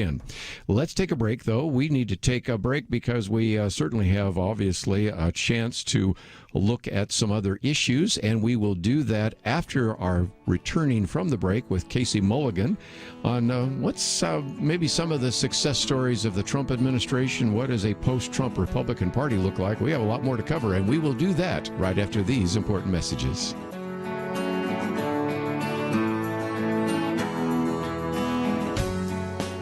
Having civil conversations about important issues seems to be harder and harder. Various media outlets tell people what they should believe, why they should be outraged, and getting people to actually think, well, it can be difficult. Whether it's the gospel, tax issues, social policy, or just about anything else, you need to have solid information and clear thinking to address the hard issues. You need God's truth applied. And that's what you get in less than 2 minutes with Point of View's Viewpoints Commentary, a daily resource to help you be informed and think through the things we need to be talking about. It is free and will arrive in your inbox each day when you visit pointofview.net/signup. Sometimes we know we should say something, but we're silent because we're not quite sure what to say. Viewpoints Commentary can help you break the silence and change the narrative. It can make you a more equipped agent for truth. Get your free subscription to the Viewpoints Commentary at pointofview.net/signup.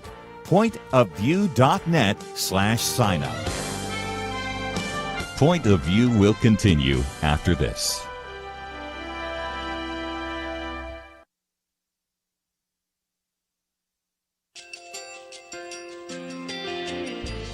I just want to thank you so much for all the wonderful programming you have.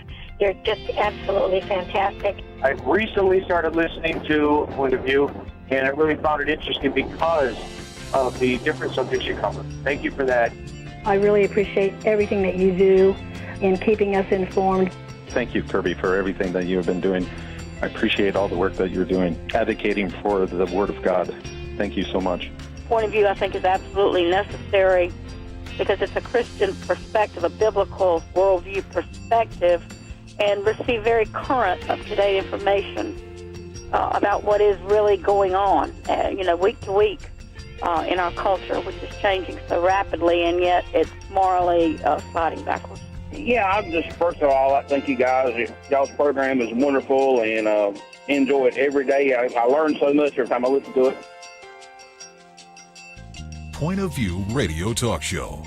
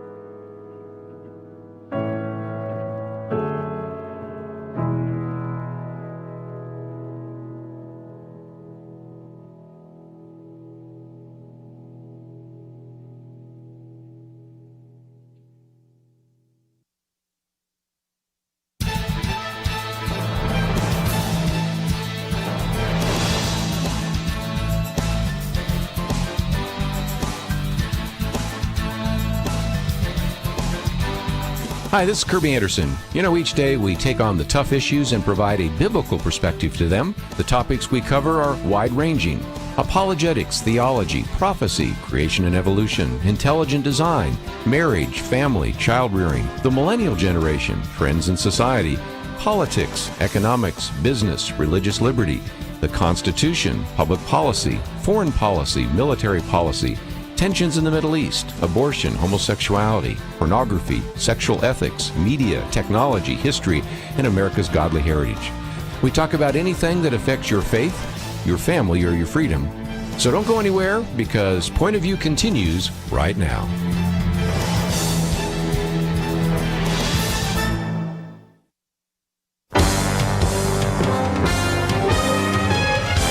Across America, live. This is Point of View.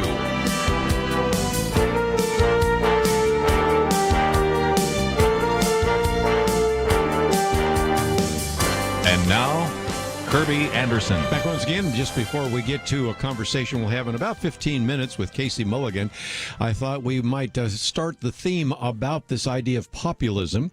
His new book out, and we're not really going to spend much time talking about the book, is entitled You're Hired: Untold Successes and Failures of a Populist President. That would, of course, be Donald Trump.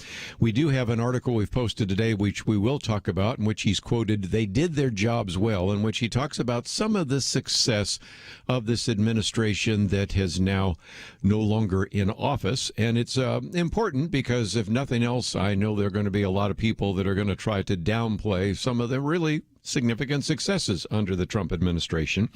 But it also brings us to something else, and that is what has been perceived as a populist revolt. And we'll be talking about this in just a minute with Casey Mulligan, but it's illustrated even by my commentary today, because ever since we had the storming of the Capitol on January 6th, there are a lot of people that are fearful of what the future might hold. And as a matter of fact, if you find my commentary, you'll notice that the picture we have posted there is of the fence outside of the Capitol with the razor wire at the top and National Guard still there. You might say, do we really expect a revolt of some sort? Well, there's all sorts of fear that something's going to happen during the so-called impeachment trial. And I call it so-called because, I'm looking at my Constitution, and an impeachment trial has to have the Chief Justice of the United States actually convene it, and he won't be there. So who knows whether that will be anything like this. But there is, I think, a deep-seated fear that many people are expressing. In my commentary today, which I would encourage you to read, is really based on a very lengthy piece that we have a link to by Glenn Greenwald.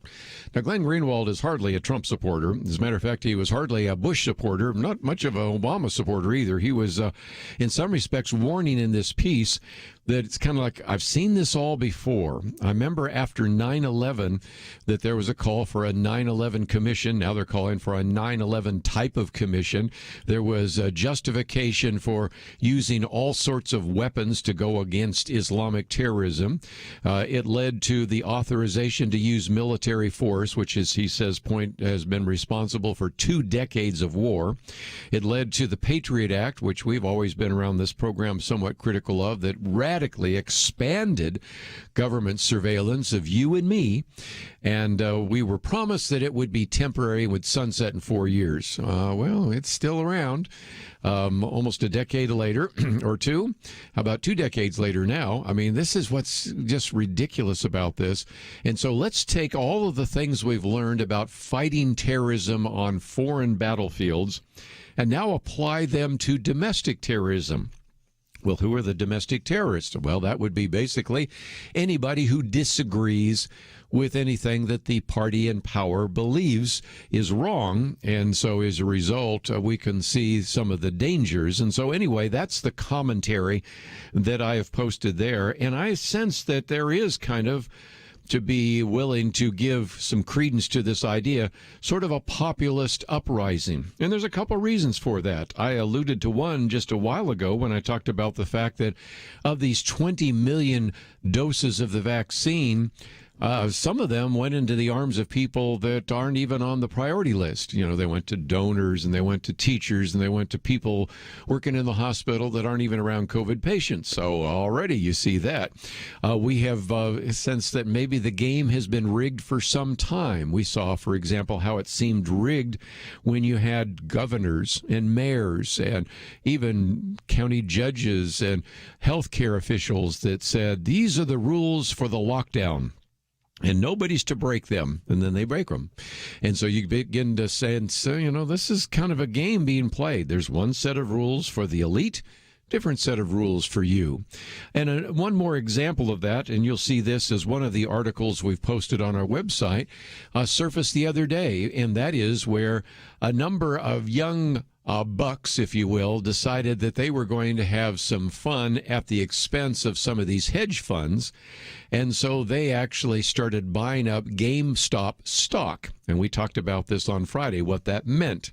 And so right now, it's just amazing because this article points out that the market cap for GameStop is about $23 billion, if stock prices imply anything, which it's not worth even a tenth of that, maybe 1/100th of that. To put that in perspective, Best Buy, you're all familiar with Best Buy, its market cap is $28 billion, and here, supposedly GameStop is $23 billion. Best Buy has 5 times the annual revenue as that. And, of course, it was artificially raised, and the reason they did that was because they recognized that these hedge funds have been playing the market for years. Again, it's a rigged system, and they actually would short the stock, meaning it would go down, and they would make money by having the stock go down, and then they would do things to make it go down. And in this article I've posted, we even have a piece where you have Jim Cramer, who's CNBC's stock guru, who even explained how he used to do that as a hedge fund manager to actually manipulate the markets. And so the markets were being manipulated and are being manipulated all the time. And so again, it's kind of a rigged system. And so these guys came together and said, you know what we're going to do? We're going to use the same system against the big guys here. And they've just about destroyed one of these hedge funds. And so, again, Glenn Greenwald has talked about this as well. These titans have actually been very upset. It's been kind of a so-called David and Goliath kind of situation. But it's just another good example of kind of this populist uprising, because after a while we said, you know, the game seems really rigged. You know, there's one rule for elites and one rule for us. We were all through the campaign hearing President Trump, former President Trump, saying that the election is rigged. Afterwards, we're starting to see all sorts of other little things seem to be rigged. And now even the stock market seems to be rigged. And you can understand why a lot of Americans are starting to say, you know what? I think it's time to maybe get some of these people out of office. And I've said before, probably the best campaign theme for any of you out there thinking of running for office is this. This will be your theme. I want to make sure that the laws apply not only to you, but to all of us in government, that we no longer have a two-tiered system of justice, that all of you have equal protection under the law. Because I think this populist uprising in large part was due to the fact that we get the sense that the game sometimes was rigged. And even more recently, this one with GameStop and Robinhood and Reddit is just one more illustration of some people that said, yep, it's rigged. And so we're going to use it against the people that have been rigging it. And then they decided to no longer let anybody buy any more GameStop stock for a while there, illustrating even more how the game was rigged.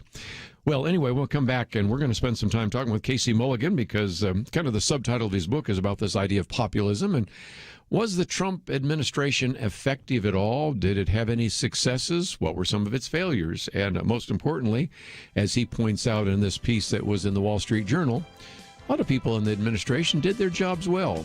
And you probably won't hear that from the mainstream media, but you'll hear it right here on Point of View, right after these messages.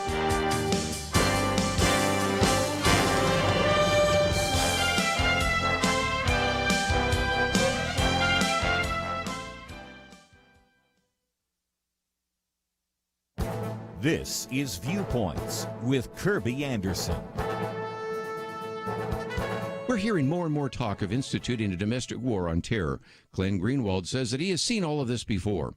Some calling for new domestic police powers against terrorists admit that they are using a model from the first war on terror nearly 2 decades ago. Politicians and pundits even suggest that we think about creating a 9/11 type of commission for domestic extremism. That would obviously be modeled on the 9/11 commission established in 2002. Perhaps they argue that some of the lessons from the fight against Islamic terrorism can be applied to the threat here at home. Sure, let's just take the various weapons we used on foreign battlefields and import them onto a domestic soil against our fellow Americans. Glenn Greenwald reminds us that many of the abuses that surface due to the threat of Islamic terrorism. The authorization to use military force has been responsible for 2 decades of war. The Patriot Act that radically expanded government surveillance powers was enacted on the promise that it would be temporary and sunset in 4 years. He also asked why we would need new terrorism laws in a country that already imprisons more of its citizens than nearly every country in the world. What acts should be criminalized under these new domestic terrorism laws? We can assume that what will be criminalized will be anything the party in power dislikes. The justification for a domestic war on terror comes after the January 6th riot in the U.S. Capitol. Let me end with some needed common sense. If you attacked a police officer, you go to jail, whether you're carrying a Trump flag or an Antifa flag. If you trespass on federal property, whether a federal courthouse in Portland or the Capitol in Washington, you go to jail. We don't need new domestic terror laws. We need to enforce the laws we have. I'm Kerby Anderson, and that's my point of view.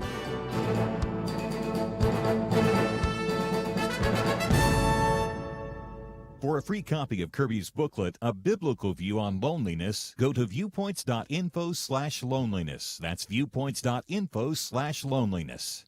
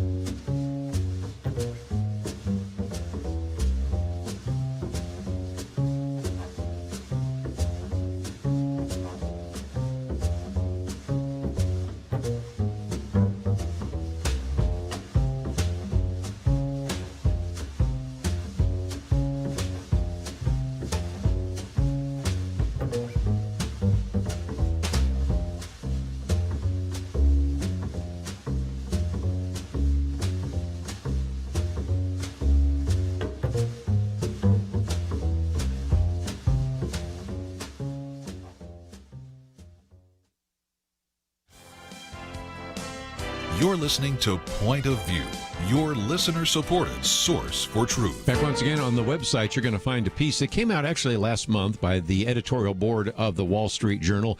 Had the title, They Did Their Jobs Well, and it breaks it down into some different areas. Larry Kudlow, Kevin Hassert, Casey Mulligan will be on with us in just a minute, and others on the economic team.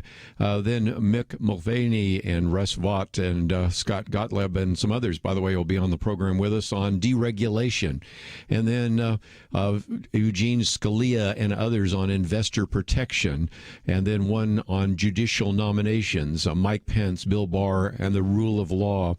And then Mike Pompeo, H.R. McMaster, and others on the China challenge. And it was just a reminder that despite some of the criticisms of the administration and of the individual himself, Donald Trump, there were some successes that may be overlooked or may be completely downplayed by historians. And so it seemed reasonable to spend some time really kind of looking at that. And Casey Mulligan is a professor of economics at the University of Chicago, received his PhD in economics from there as well, has served in a number of different venues, one as the White House Council of Economic Advisors.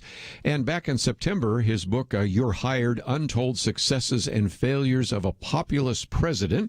And he joins us now by phone. So, Professor Mulligan, thank you so very much for joining us today here on Point of View.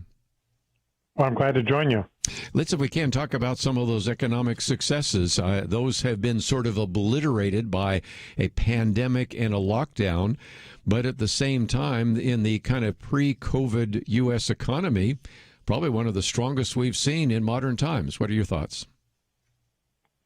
Yeah, definitely beat the predictions year after year. In the years prior the economy could never live up to the predictions, and then all of a sudden kept beating them. And even the recovery, we haven't fully recovered, but we've recovered a lot from the depths of the pandemic, and that beat the expectations too. And they're related. Some of the deregulation was important throughout his term, but really paid off during COVID. Internet deregulation helped so that we all had our Zooms and Netflix and everything. And medical deregulation really helped in terms of getting treatments and especially the vaccines way quicker than anybody thought. Again, you think of Operation Warp Speed and those kinds of things, certainly in terms of the vaccines. And I have a piece coming out next week in terms of how now these new executive orders, one of which, of one of the 42 that I guess have been signed by President Biden, actually wants to change this old idea of cost benefit. But, when Donald Trump came in, speaking of regulations for just a minute, having been in the business world, he recognized how regulations could be so hurtful, and so required that you would have 2 regulations retired or rescinded for every one. I think it ended up being at one point 17 to 1. I think it finally settled down to about 4 to 1.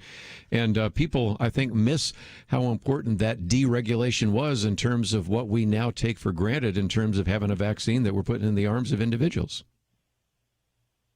Yeah, I agree with you. Let me add that he like any businessman would, but we hadn't done in our country for over 200 years, he had a budget for that regulation. And you mentioned the 2 for 1 and the 8 for 1, which was part of the budget. But the other part of the budget that really had more teeth, although it got noticed less, was just a monetary budget. And it said to each agency, hey, if you're going to regulate, there's a limit on how much cost you can impose on the country.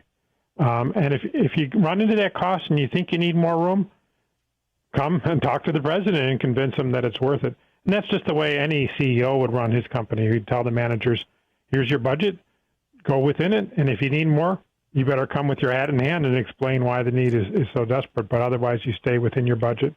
And that's something, Biden got rid of it, it's true, but future presidents can do that. And that's an idea that's going to be back. I think it should, because, again, now it almost seems like we won't look at cost benefit. And as you may know, as many people seem to know, that when you don't count the cost and you see the benefit is, well, we've got to deal with this issue of climate change. And if you don't start counting the cost, you can say, well, just anything can be justified. And that, I think, is really dangerous. So that's on the issue of deregulation. But let me, for just a minute, maybe talk about kind of the subtitle of your book. A populist president. I've been talking about populism in the last couple of minutes, but it might be good to see if we could kind of define that for our listeners, because we're having people say that in some respects, even though Donald Trump is gone, there's still kind of a populist movement, and that is going to be around for some time. And one of the reasons why even today my commentary talks about people wanting to, at least in the administration, come up with the laws to fight domestic terrorism because they fear kind of a populist revolution. But what do we mean by populism? Populism refers to, we can call it a conflict or adversarial relationship between 2 groups. And the groups with populism would be, call it your Ivy Leaguers, call it your Washington, D.C. and New York people who are kind of running the government and in universities and institutions, major institutions, and then the rest of the country, so maybe the flyover country. They're on different sides. Now, the ruling group, they think that this is just a fake conflict and there's really no argument between them, but there's real substance, and that's why people are saying populism is here to stay, because there's been real policy failures that need to be, first of all, acknowledged, and then when we acknowledge them, maybe we can fix them. And the flyover country's been crying out to say, pay attention to what your failures have been around the opioid epidemic or any number of issues, not having our kids in school. And that's why populism is here to stay. And it does seem to me that one of the reasons why Donald Trump, running against essentially almost 17 other opponents, kept doing well, because there was a sense in which a lot of individuals, as you say, in the so-called flyover country, that said, I saw my jobs head to China, and nobody seems to be challenging China, but you are. I've seen more and more people coming into our community that are here illegally, and I've not gotten the sense that people really want to have a border. I've got the sense that in some respects, the ruling class doesn't seem to even care about what is happening to me and my wages. And here's an individual who, frankly, is fairly wealthy, but he does seem to care about some of the issues. And in some respects, that kind of goes back to your book, because in some respects, that's one of the real successes of at least the Trump campaign, wasn't it? No doubt. He's very talented at letting people know that he hears their point of view. Very talented at that. I noticed that at an individual level, and certainly we all noticed it at the campaign level. And millions, tens of millions of people said, this is the first politician I think who's heard me in forever. And that's why they were able to tolerate any number of foibles and quirks and unusual behavior, because they wanted somebody who understood them. Well, let's see if we can take a break, but I thought when we come back, we might get into a couple of things. Certainly your economic expertise. You've got chapters dealing with tariffs. You've got one on immigration, and those are certainly very important issues as well. But I think it brings us back to just some of the other issues that people can find in this article, because you, in this particular case, are quoted in terms of the impact that the previous Trump administration had on the economic issues. But I thought I'd also mention that this article also talks about the issue of deregulation, which we talked about, investor protection, what is happening there, as well as the judicial nominations, very significant. And we've talked about that with people like Kelly Shackelford and others, 3 Supreme Court justices, 54 appellate justices that all were placed in there, and certainly have more of a strict construction view of the Constitution. The whole issue of the rule of law, in terms of some of the things that surfaced, both, and of course it gives credit to both Mike Pence, the Vice President, Bill Barr, the Attorney General, and then the one I just mentioned a minute ago, and that is the whole issue of China. For many years, there was a sense in which, there's just nothing we can do, and if nothing else, China really kind of owns us, so we really can't challenge them. This president, in the past, decided to do so. I'm not so sure if the current president wants to do that. And, of course, you can add to that other foreign policy issues as well, not the least of which is, as we've mentioned before, the moving of the embassy from Tel Aviv to Jerusalem, the whole issue of confronting North Korea, and a variety of others. So let's take a break. When we come back, we'll get into a couple of other issues. And if you would be interested in the book by Casey Mulligan, of course, it's entitled You're Hired, Untold Successes and Failures of a Populist President, and we'll get into those issues and give you a chance to join the conversation if you'd like. 1-800-351-1212. If you want to find these articles, you can find them on our website, which is pointofview.net, and it will give you some of the material that you might want to read. Might want to post it and even start a conversation about this, because in some respects already the Trump administration's kind of in people's rearview mirror, and yet it's worth talking about some of the successes and the failures of the previous administration. We'll come back with more right after this. Sometimes I think about seeds. You ever stop to consider that some seeds become entire trees, and some trees grow up and produce fruit? Other seeds become flowers or vines that bring us vegetables or berries. And some trees don't have fruit, but they're just pretty, especially in some parts of the country when it comes to the fall colors. Yes, sometimes my mind goes off like that. And I also think about such things when it comes to the seeds that so many have planted in the quest to impact our nation through Point of View Radio. You may think that your gift is a small thing, but like a seed, it can grow to have an impact beyond your imagination. If you want to see beauty again in America, consider planting a seed today and making a difference by joining the Point of View Truth Team. Get the details today, right now, by visiting pointofview.net/team or call us at 1-800-347-5151. Plant a seed for a great future. Cultivate truth. Pointofview.net/team and 800-347-5151. Point of View will continue after this.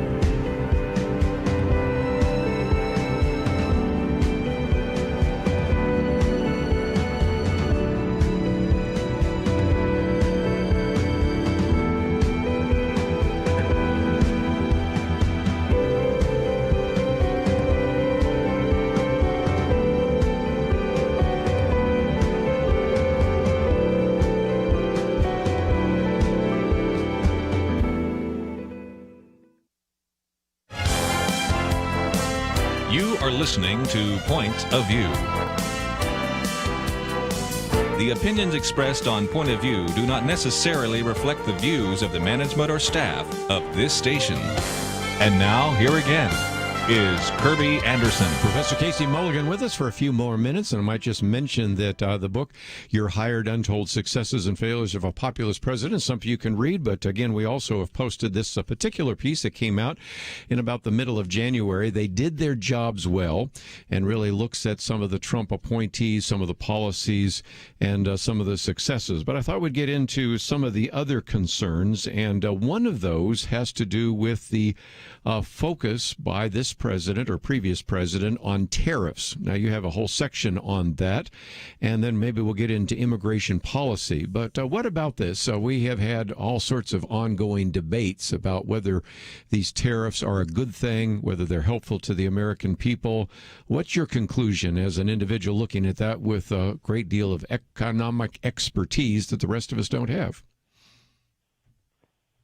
You know, Trump was very different in his rhetoric around tariffs. Let's say compare him to Ronald Reagan, but very, very similar in his actual substance. So I find it kind of all the debate rather amusing, given that the substance was not very different. Now, back in Reagan's day, Japan was the opponent, if we're going to call him that. Sure. Today it's China. But it treated him the same. I mean, arguably, it should be tougher on China because, unlike Japan, which is a democracy, Japan did not have a military. China is a non-democratic country with a large military, and there's a whole set of national security issues that come up there that aren't my forte. But so far, in the one term that he's had so far, he pretty much copied the Japanese approach that we took before. Well, it's interesting because, again, one of the questions is always is whether or not they were cheating in terms of monetary issues and devaluation and stealing securities and things of that nature. So in some respects, China is different than Japan. And of course, as you point out, the military issue and the projection of force in South China Sea and all sorts of other things. So Chinese communists are very different than dealing with the Japanese. But what are your assessment of what he did in terms of tariffs and even interacting with China in that regard? Well, he definitely put the issue out there, which he was good at a lot of things. I mean, this goes back to the populism we talked about before the break, that there are issues that concern regular Americans that were not being aired or even acknowledged. And then when Trump puts it through his megaphone, not so easily ignored anymore. And a lot of even Democrats now have acknowledged that there's some serious problems with China that need to be solved, and they're willing to argue about how to solve them, but their existence is no longer denied or ignored. It's amazing. Well, again, we'll see what happens with this administration in terms of course, the relationship of the Biden family to China. But let me get on to one other one, and that is the whole issue of immigration, because, again, the current administration wants to change all of those policies, and yet at the same time, one of those issues front and center for Donald Trump as the candidate was the wall, but next to that was the issue of immigration policy. I know you have a chapter on that. What should we know about that? He wanted, he proposed, and actually it was straight out of the economics book. I think the president kind of realized it on his own. He didn't read the book, but it turns out straight out of the economics book. He wanted to emphasize immigrants' contribution to the economy. So he did not want to end immigration. He wanted to change the emphasis, which many countries already do. And Australia does it that way. Our neighbors in Canada do it that way. And he had proposed a points system that where an applicant for citizenship or residency would get points according to how much they might contribute to our economy, and then let people in based on that. Now, of course, there was a huge rift with Congress over the wall and everything, so his proposal had never had a chance, I think, of becoming law. But that's how he thought about the issue. You know, we know the problems for flyover America with immigration. Mm-hmm. There's also the ruling class. Well, how do they benefit from this broken system? Well, there's so much discretion, there's so much judgment involved because they're not enforcing the law. They're selectively enforcing the laws that we have. And that makes the powerful even more powerful. And that, I think that's the real conflict. Regular people would like a set of black and white rules that we can all know that we're following. And we're not getting that from Biden. It looks like he wants to continue more of the same.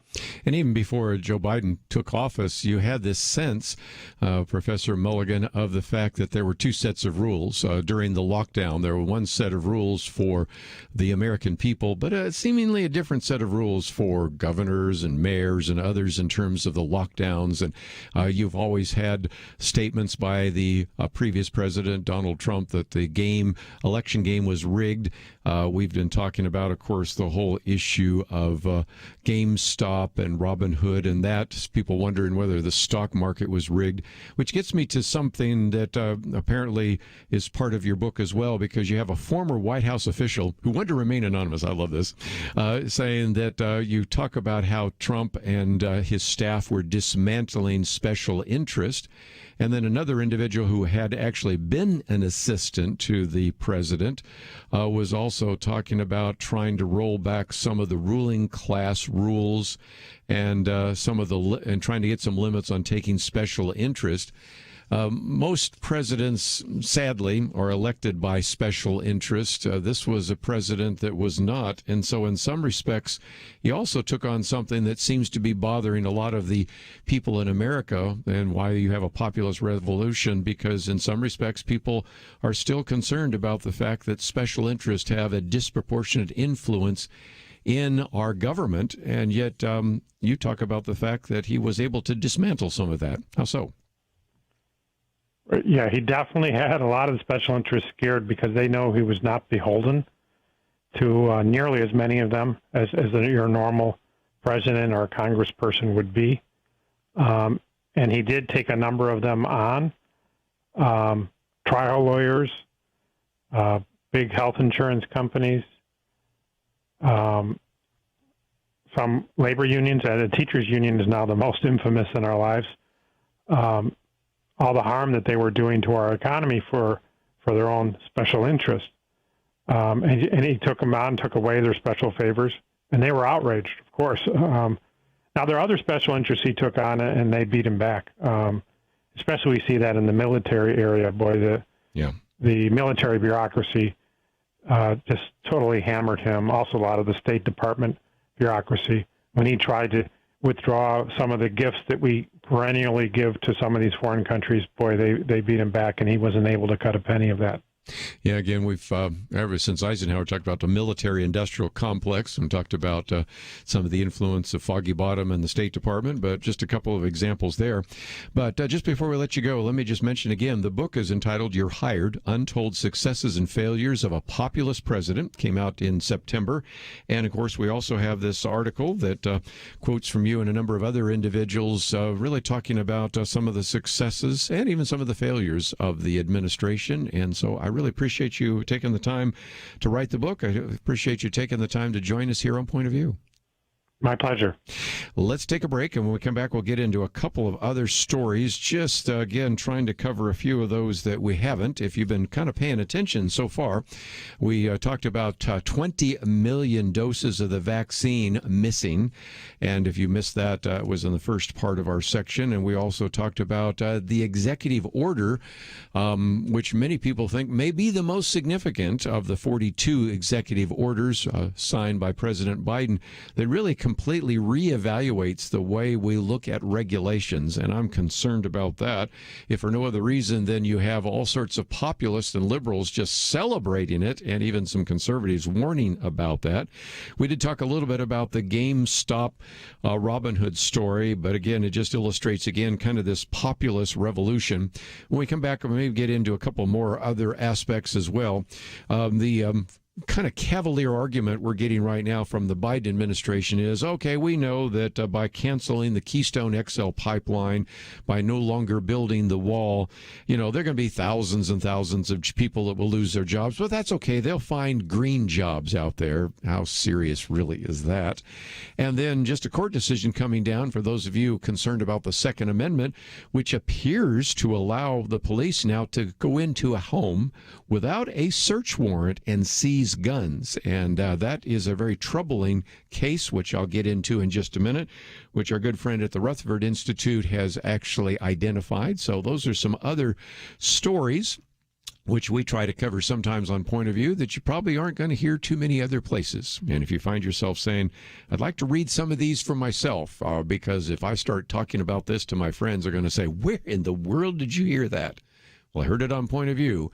Well, how do you know it's true? Oh, here's the article that they actually posted that you can read and document for yourself. That's why we do what we do. We'll take a break, come back with more right after this.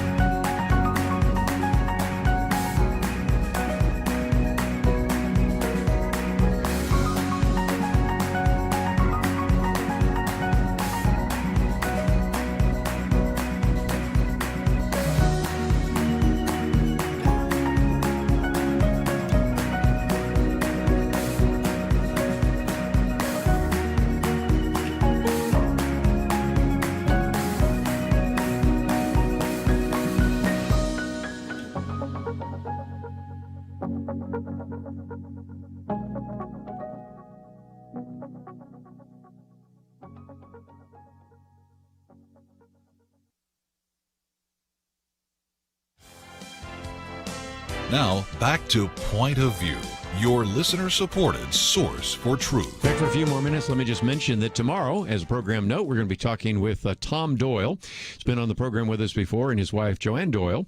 And she's written a book, well, actually, the two of them have, Women Who Risk, talking about what it's like to be a Muslim woman. And I think you're going to really enjoy that conversation, which will be taking place in our second hour. First hour, we'll spend a little bit of time talking with Janice Allen about the global church and the impact that this pandemic has is having on them, but we'll bring you a couple other stories as well. One of which you probably have heard, and that is, of course, as you have the Biden administration canceling the Keystone XL pipeline, that eliminated instantaneously about 1,000 jobs, but realistically, some people think that by the time you get to all of the other individuals who are either associated with it in both a full-time or temporary jobs, it may affect about 11,000 jobs. But the argument that was made is, well, that's okay. We will be able to find you good green jobs. And everybody goes, really? I don't think so. But nevertheless, here's kind of the argument being made. The administration basically said that most of the Keystone Pipeline jobs would be temporary. Well, yes, by definition, all construction jobs are temporary, right? I mean, think about that for just a minute. It may seem like the contractor that's actually remodeling your kitchen has been there forever, but no, these are by definition temporary jobs. So, okay, that argument didn't wash very well. But the argument is, well, we're eager to see those workers continue to be employed in good-paying union jobs, even if they might be different ones. So, of course, you've been building a pipeline. You can just immediately translate all of that technology and all of that expertise in building, solar panels. If you've been digging coal for years and you're a coal miner, now you can actually build the geothermal plants, and you can build windmills. I'm not so sure about that.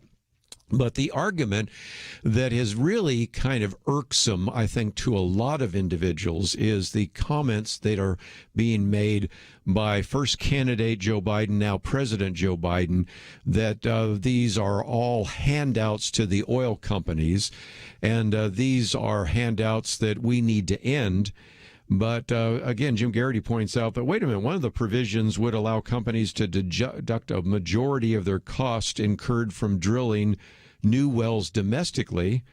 Well, that's the same deduction that applies to, as I mentioned just a minute ago, geothermal energy. Well, then what's the point here? I mean, in some respects, you're providing the deduction for geothermal, but not for oil and gas. Another one is what's called a percentage depletion. And that's very similar to depreciation that any company uses. Matter of fact, you probably depreciate, if you've ever bought like a home computer and you put it on your taxes, you probably depreciate that as well. So again, that's not a handout. That's something in the tax code that all sorts of people have taken advantage of. And then you have the argument that he's making that we want to stop these federal subsidies. Well, actually what it means is he wants to change the tax code so that it will be more and more expensive to explore for oil and natural gas. And then there's been this argument that, well, we're going to put everybody in these electric cars. As a matter of fact, we talked about on Friday that we want to have them in electric cars made by Americans, and there are none. In fact, Dr. Merrill Matthews is kind of the expert on that. You know how many there are? That would be zero. But nevertheless, they eventually want to get to these electric cars. And somebody was even saying, well, then why don't you, Mr. President, get an electric car? Well, the U.S. Secret Service looked at this and said, look, there is not one chance at all that we will see the President of the United States being driven around in any kind of electric car, even a hybrid car, for a lot of very good reasons. So that's just another one of those stories. But before we end, for those of you out there, including myself, that appreciate the Second Amendment, this is of concern. And that is that in appeal to the U.S. Supreme Court, a civil liberties legal group contends that this lower court ruling coming out of Rhode Island sets a very dangerous precedent that allows police officers in some instances to enter the homes of citizens without a warrant and confiscate legal firearms. This comes from the Rutherford Institute. You remember John Whitehead used to be on the program with us quite often. In a friend of the court brief, in this particular case, he asserts that the local courts wrongly invoked what's called community caretaking exemption in the Fourth Amendment. A quote from John Whitehead, president of the Rutherford Institute, is this case represents, he says, a blatant attempt by law enforcement to create gaping holes in the Fourth Amendment force field, which is supposed to protect homeowners and their homes against warrantless invasions by the government. And so he goes on to say, what we do not need is yet another slippery slope argument that allows government officials to masquerade as community caretakers under the pretext of public health and safety in order to violate the Fourth Amendment at will. You might remember that I've had John Whitehead on in the past. Sometimes I've been less willing to do so because when he comes on the program, he points out that we're giving entirely too many police powers to law enforcement. Here's a good example of it. And almost every time I would have him on, people would say, well, then you're anti-police force. No, but I am a little bit concerned about giving too many powers to law enforcement, in this case, allowing them to go into a home as supposedly a community caretaker and then to, because they don't have a warrant, actually confiscate firearms. This is the kind of stuff that, of course, I think the Biden administration just is thrilled with, but it's the kind of thing that those of us that are actually believing in, first of all, the Second Amendment and the Fourth Amendment probably would want to actually look at again. So we'll see if the Supreme Court will take that case. We'll maybe follow the story as it goes along, and just appreciate John Whitehead, president of the Rutherford Institute, for bringing that to our attention. And it is, again, one of those stories I doubt you'll hear anywhere except here on Point of View. Just before we say goodbye for today, let's mention that my commentary today is entitled Domestic War on Terror. And it is a piece that really takes some of the material written by Glenn Greenwald, and we have a link. So if you'd like to read it in its entirety, instead of just reading mine, which I don't even think it would take you 5 minutes to read, actually probably only about 2 minutes to read, since it only takes me about 2 minutes to speak it, then you could go and read the longer article by him. But it, again, is of real concern because we've been down this road before. It happened in 2002 after the strike against America, 9/11, and the terrorist attack. There was all sorts of justification for the authorization for the military use of power, and we still have those troops in those countries. If you are not paying attention to that, we were told, well, we need the Patriot Act. We need all sorts of surveillance to catch these terrorists, but we're only going to ask for this for a couple of years and it will sunset. No, it's still around. And we saw how that, in some respects, was even used to spy on the President of the United States. So we've been here before. And first of all, refer to individuals that you may disagree with. People that maybe have some questions about the election as domestic terrorists, I think is a dangerous precedent, and why we need to fight against that in a very significant way. We don't need these new domestic terror laws. We just need to enforce the laws we have on the books in the first place. So again, you can find my commentary there. If you find yourself saying, you've covered a lot of topics here, and I'd like to read some of those articles, they're all available at our website, pointofview.net, and that is there for you to print out, maybe post on your Facebook page, your Twitter post, or Parler account, whatever you might have, or just to send it by email to some of your friends. Get the conversation going. Well, that's all we have for today. I want to thank Andrew for his help as the engineer, and also for Steve as his help as the producer. We have a lot to cover tomorrow with Tom and Joanne Doyle. I look forward to seeing you right here on Point of View. Having civil conversations about important issues seems to be harder and harder. Various media outlets tell people what they should believe, why they should be outraged, and getting people to actually think, well, it can be difficult. Whether it's the gospel, tax issues, social policy, or just about anything else, you need to have solid information and clear thinking to address the hard issues. You need God's truth applied. And that's what you get in less than 2 minutes with Point of View's Viewpoints Commentary, a daily resource to help you be informed and think through the things we need to be talking about. It is free and will arrive in your inbox each day when you visit pointofview.net/sign-up. Sometimes we know we should say something, but we're silent because we're not quite sure what to say. Viewpoints Commentary can help you break the silence and change the narrative. It can make you a more equipped agent for truth. Get your free subscription to the Viewpoints commentary at pointofview.net/signup. pointofview.net/signup. Point of View is produced by Point of View Ministries.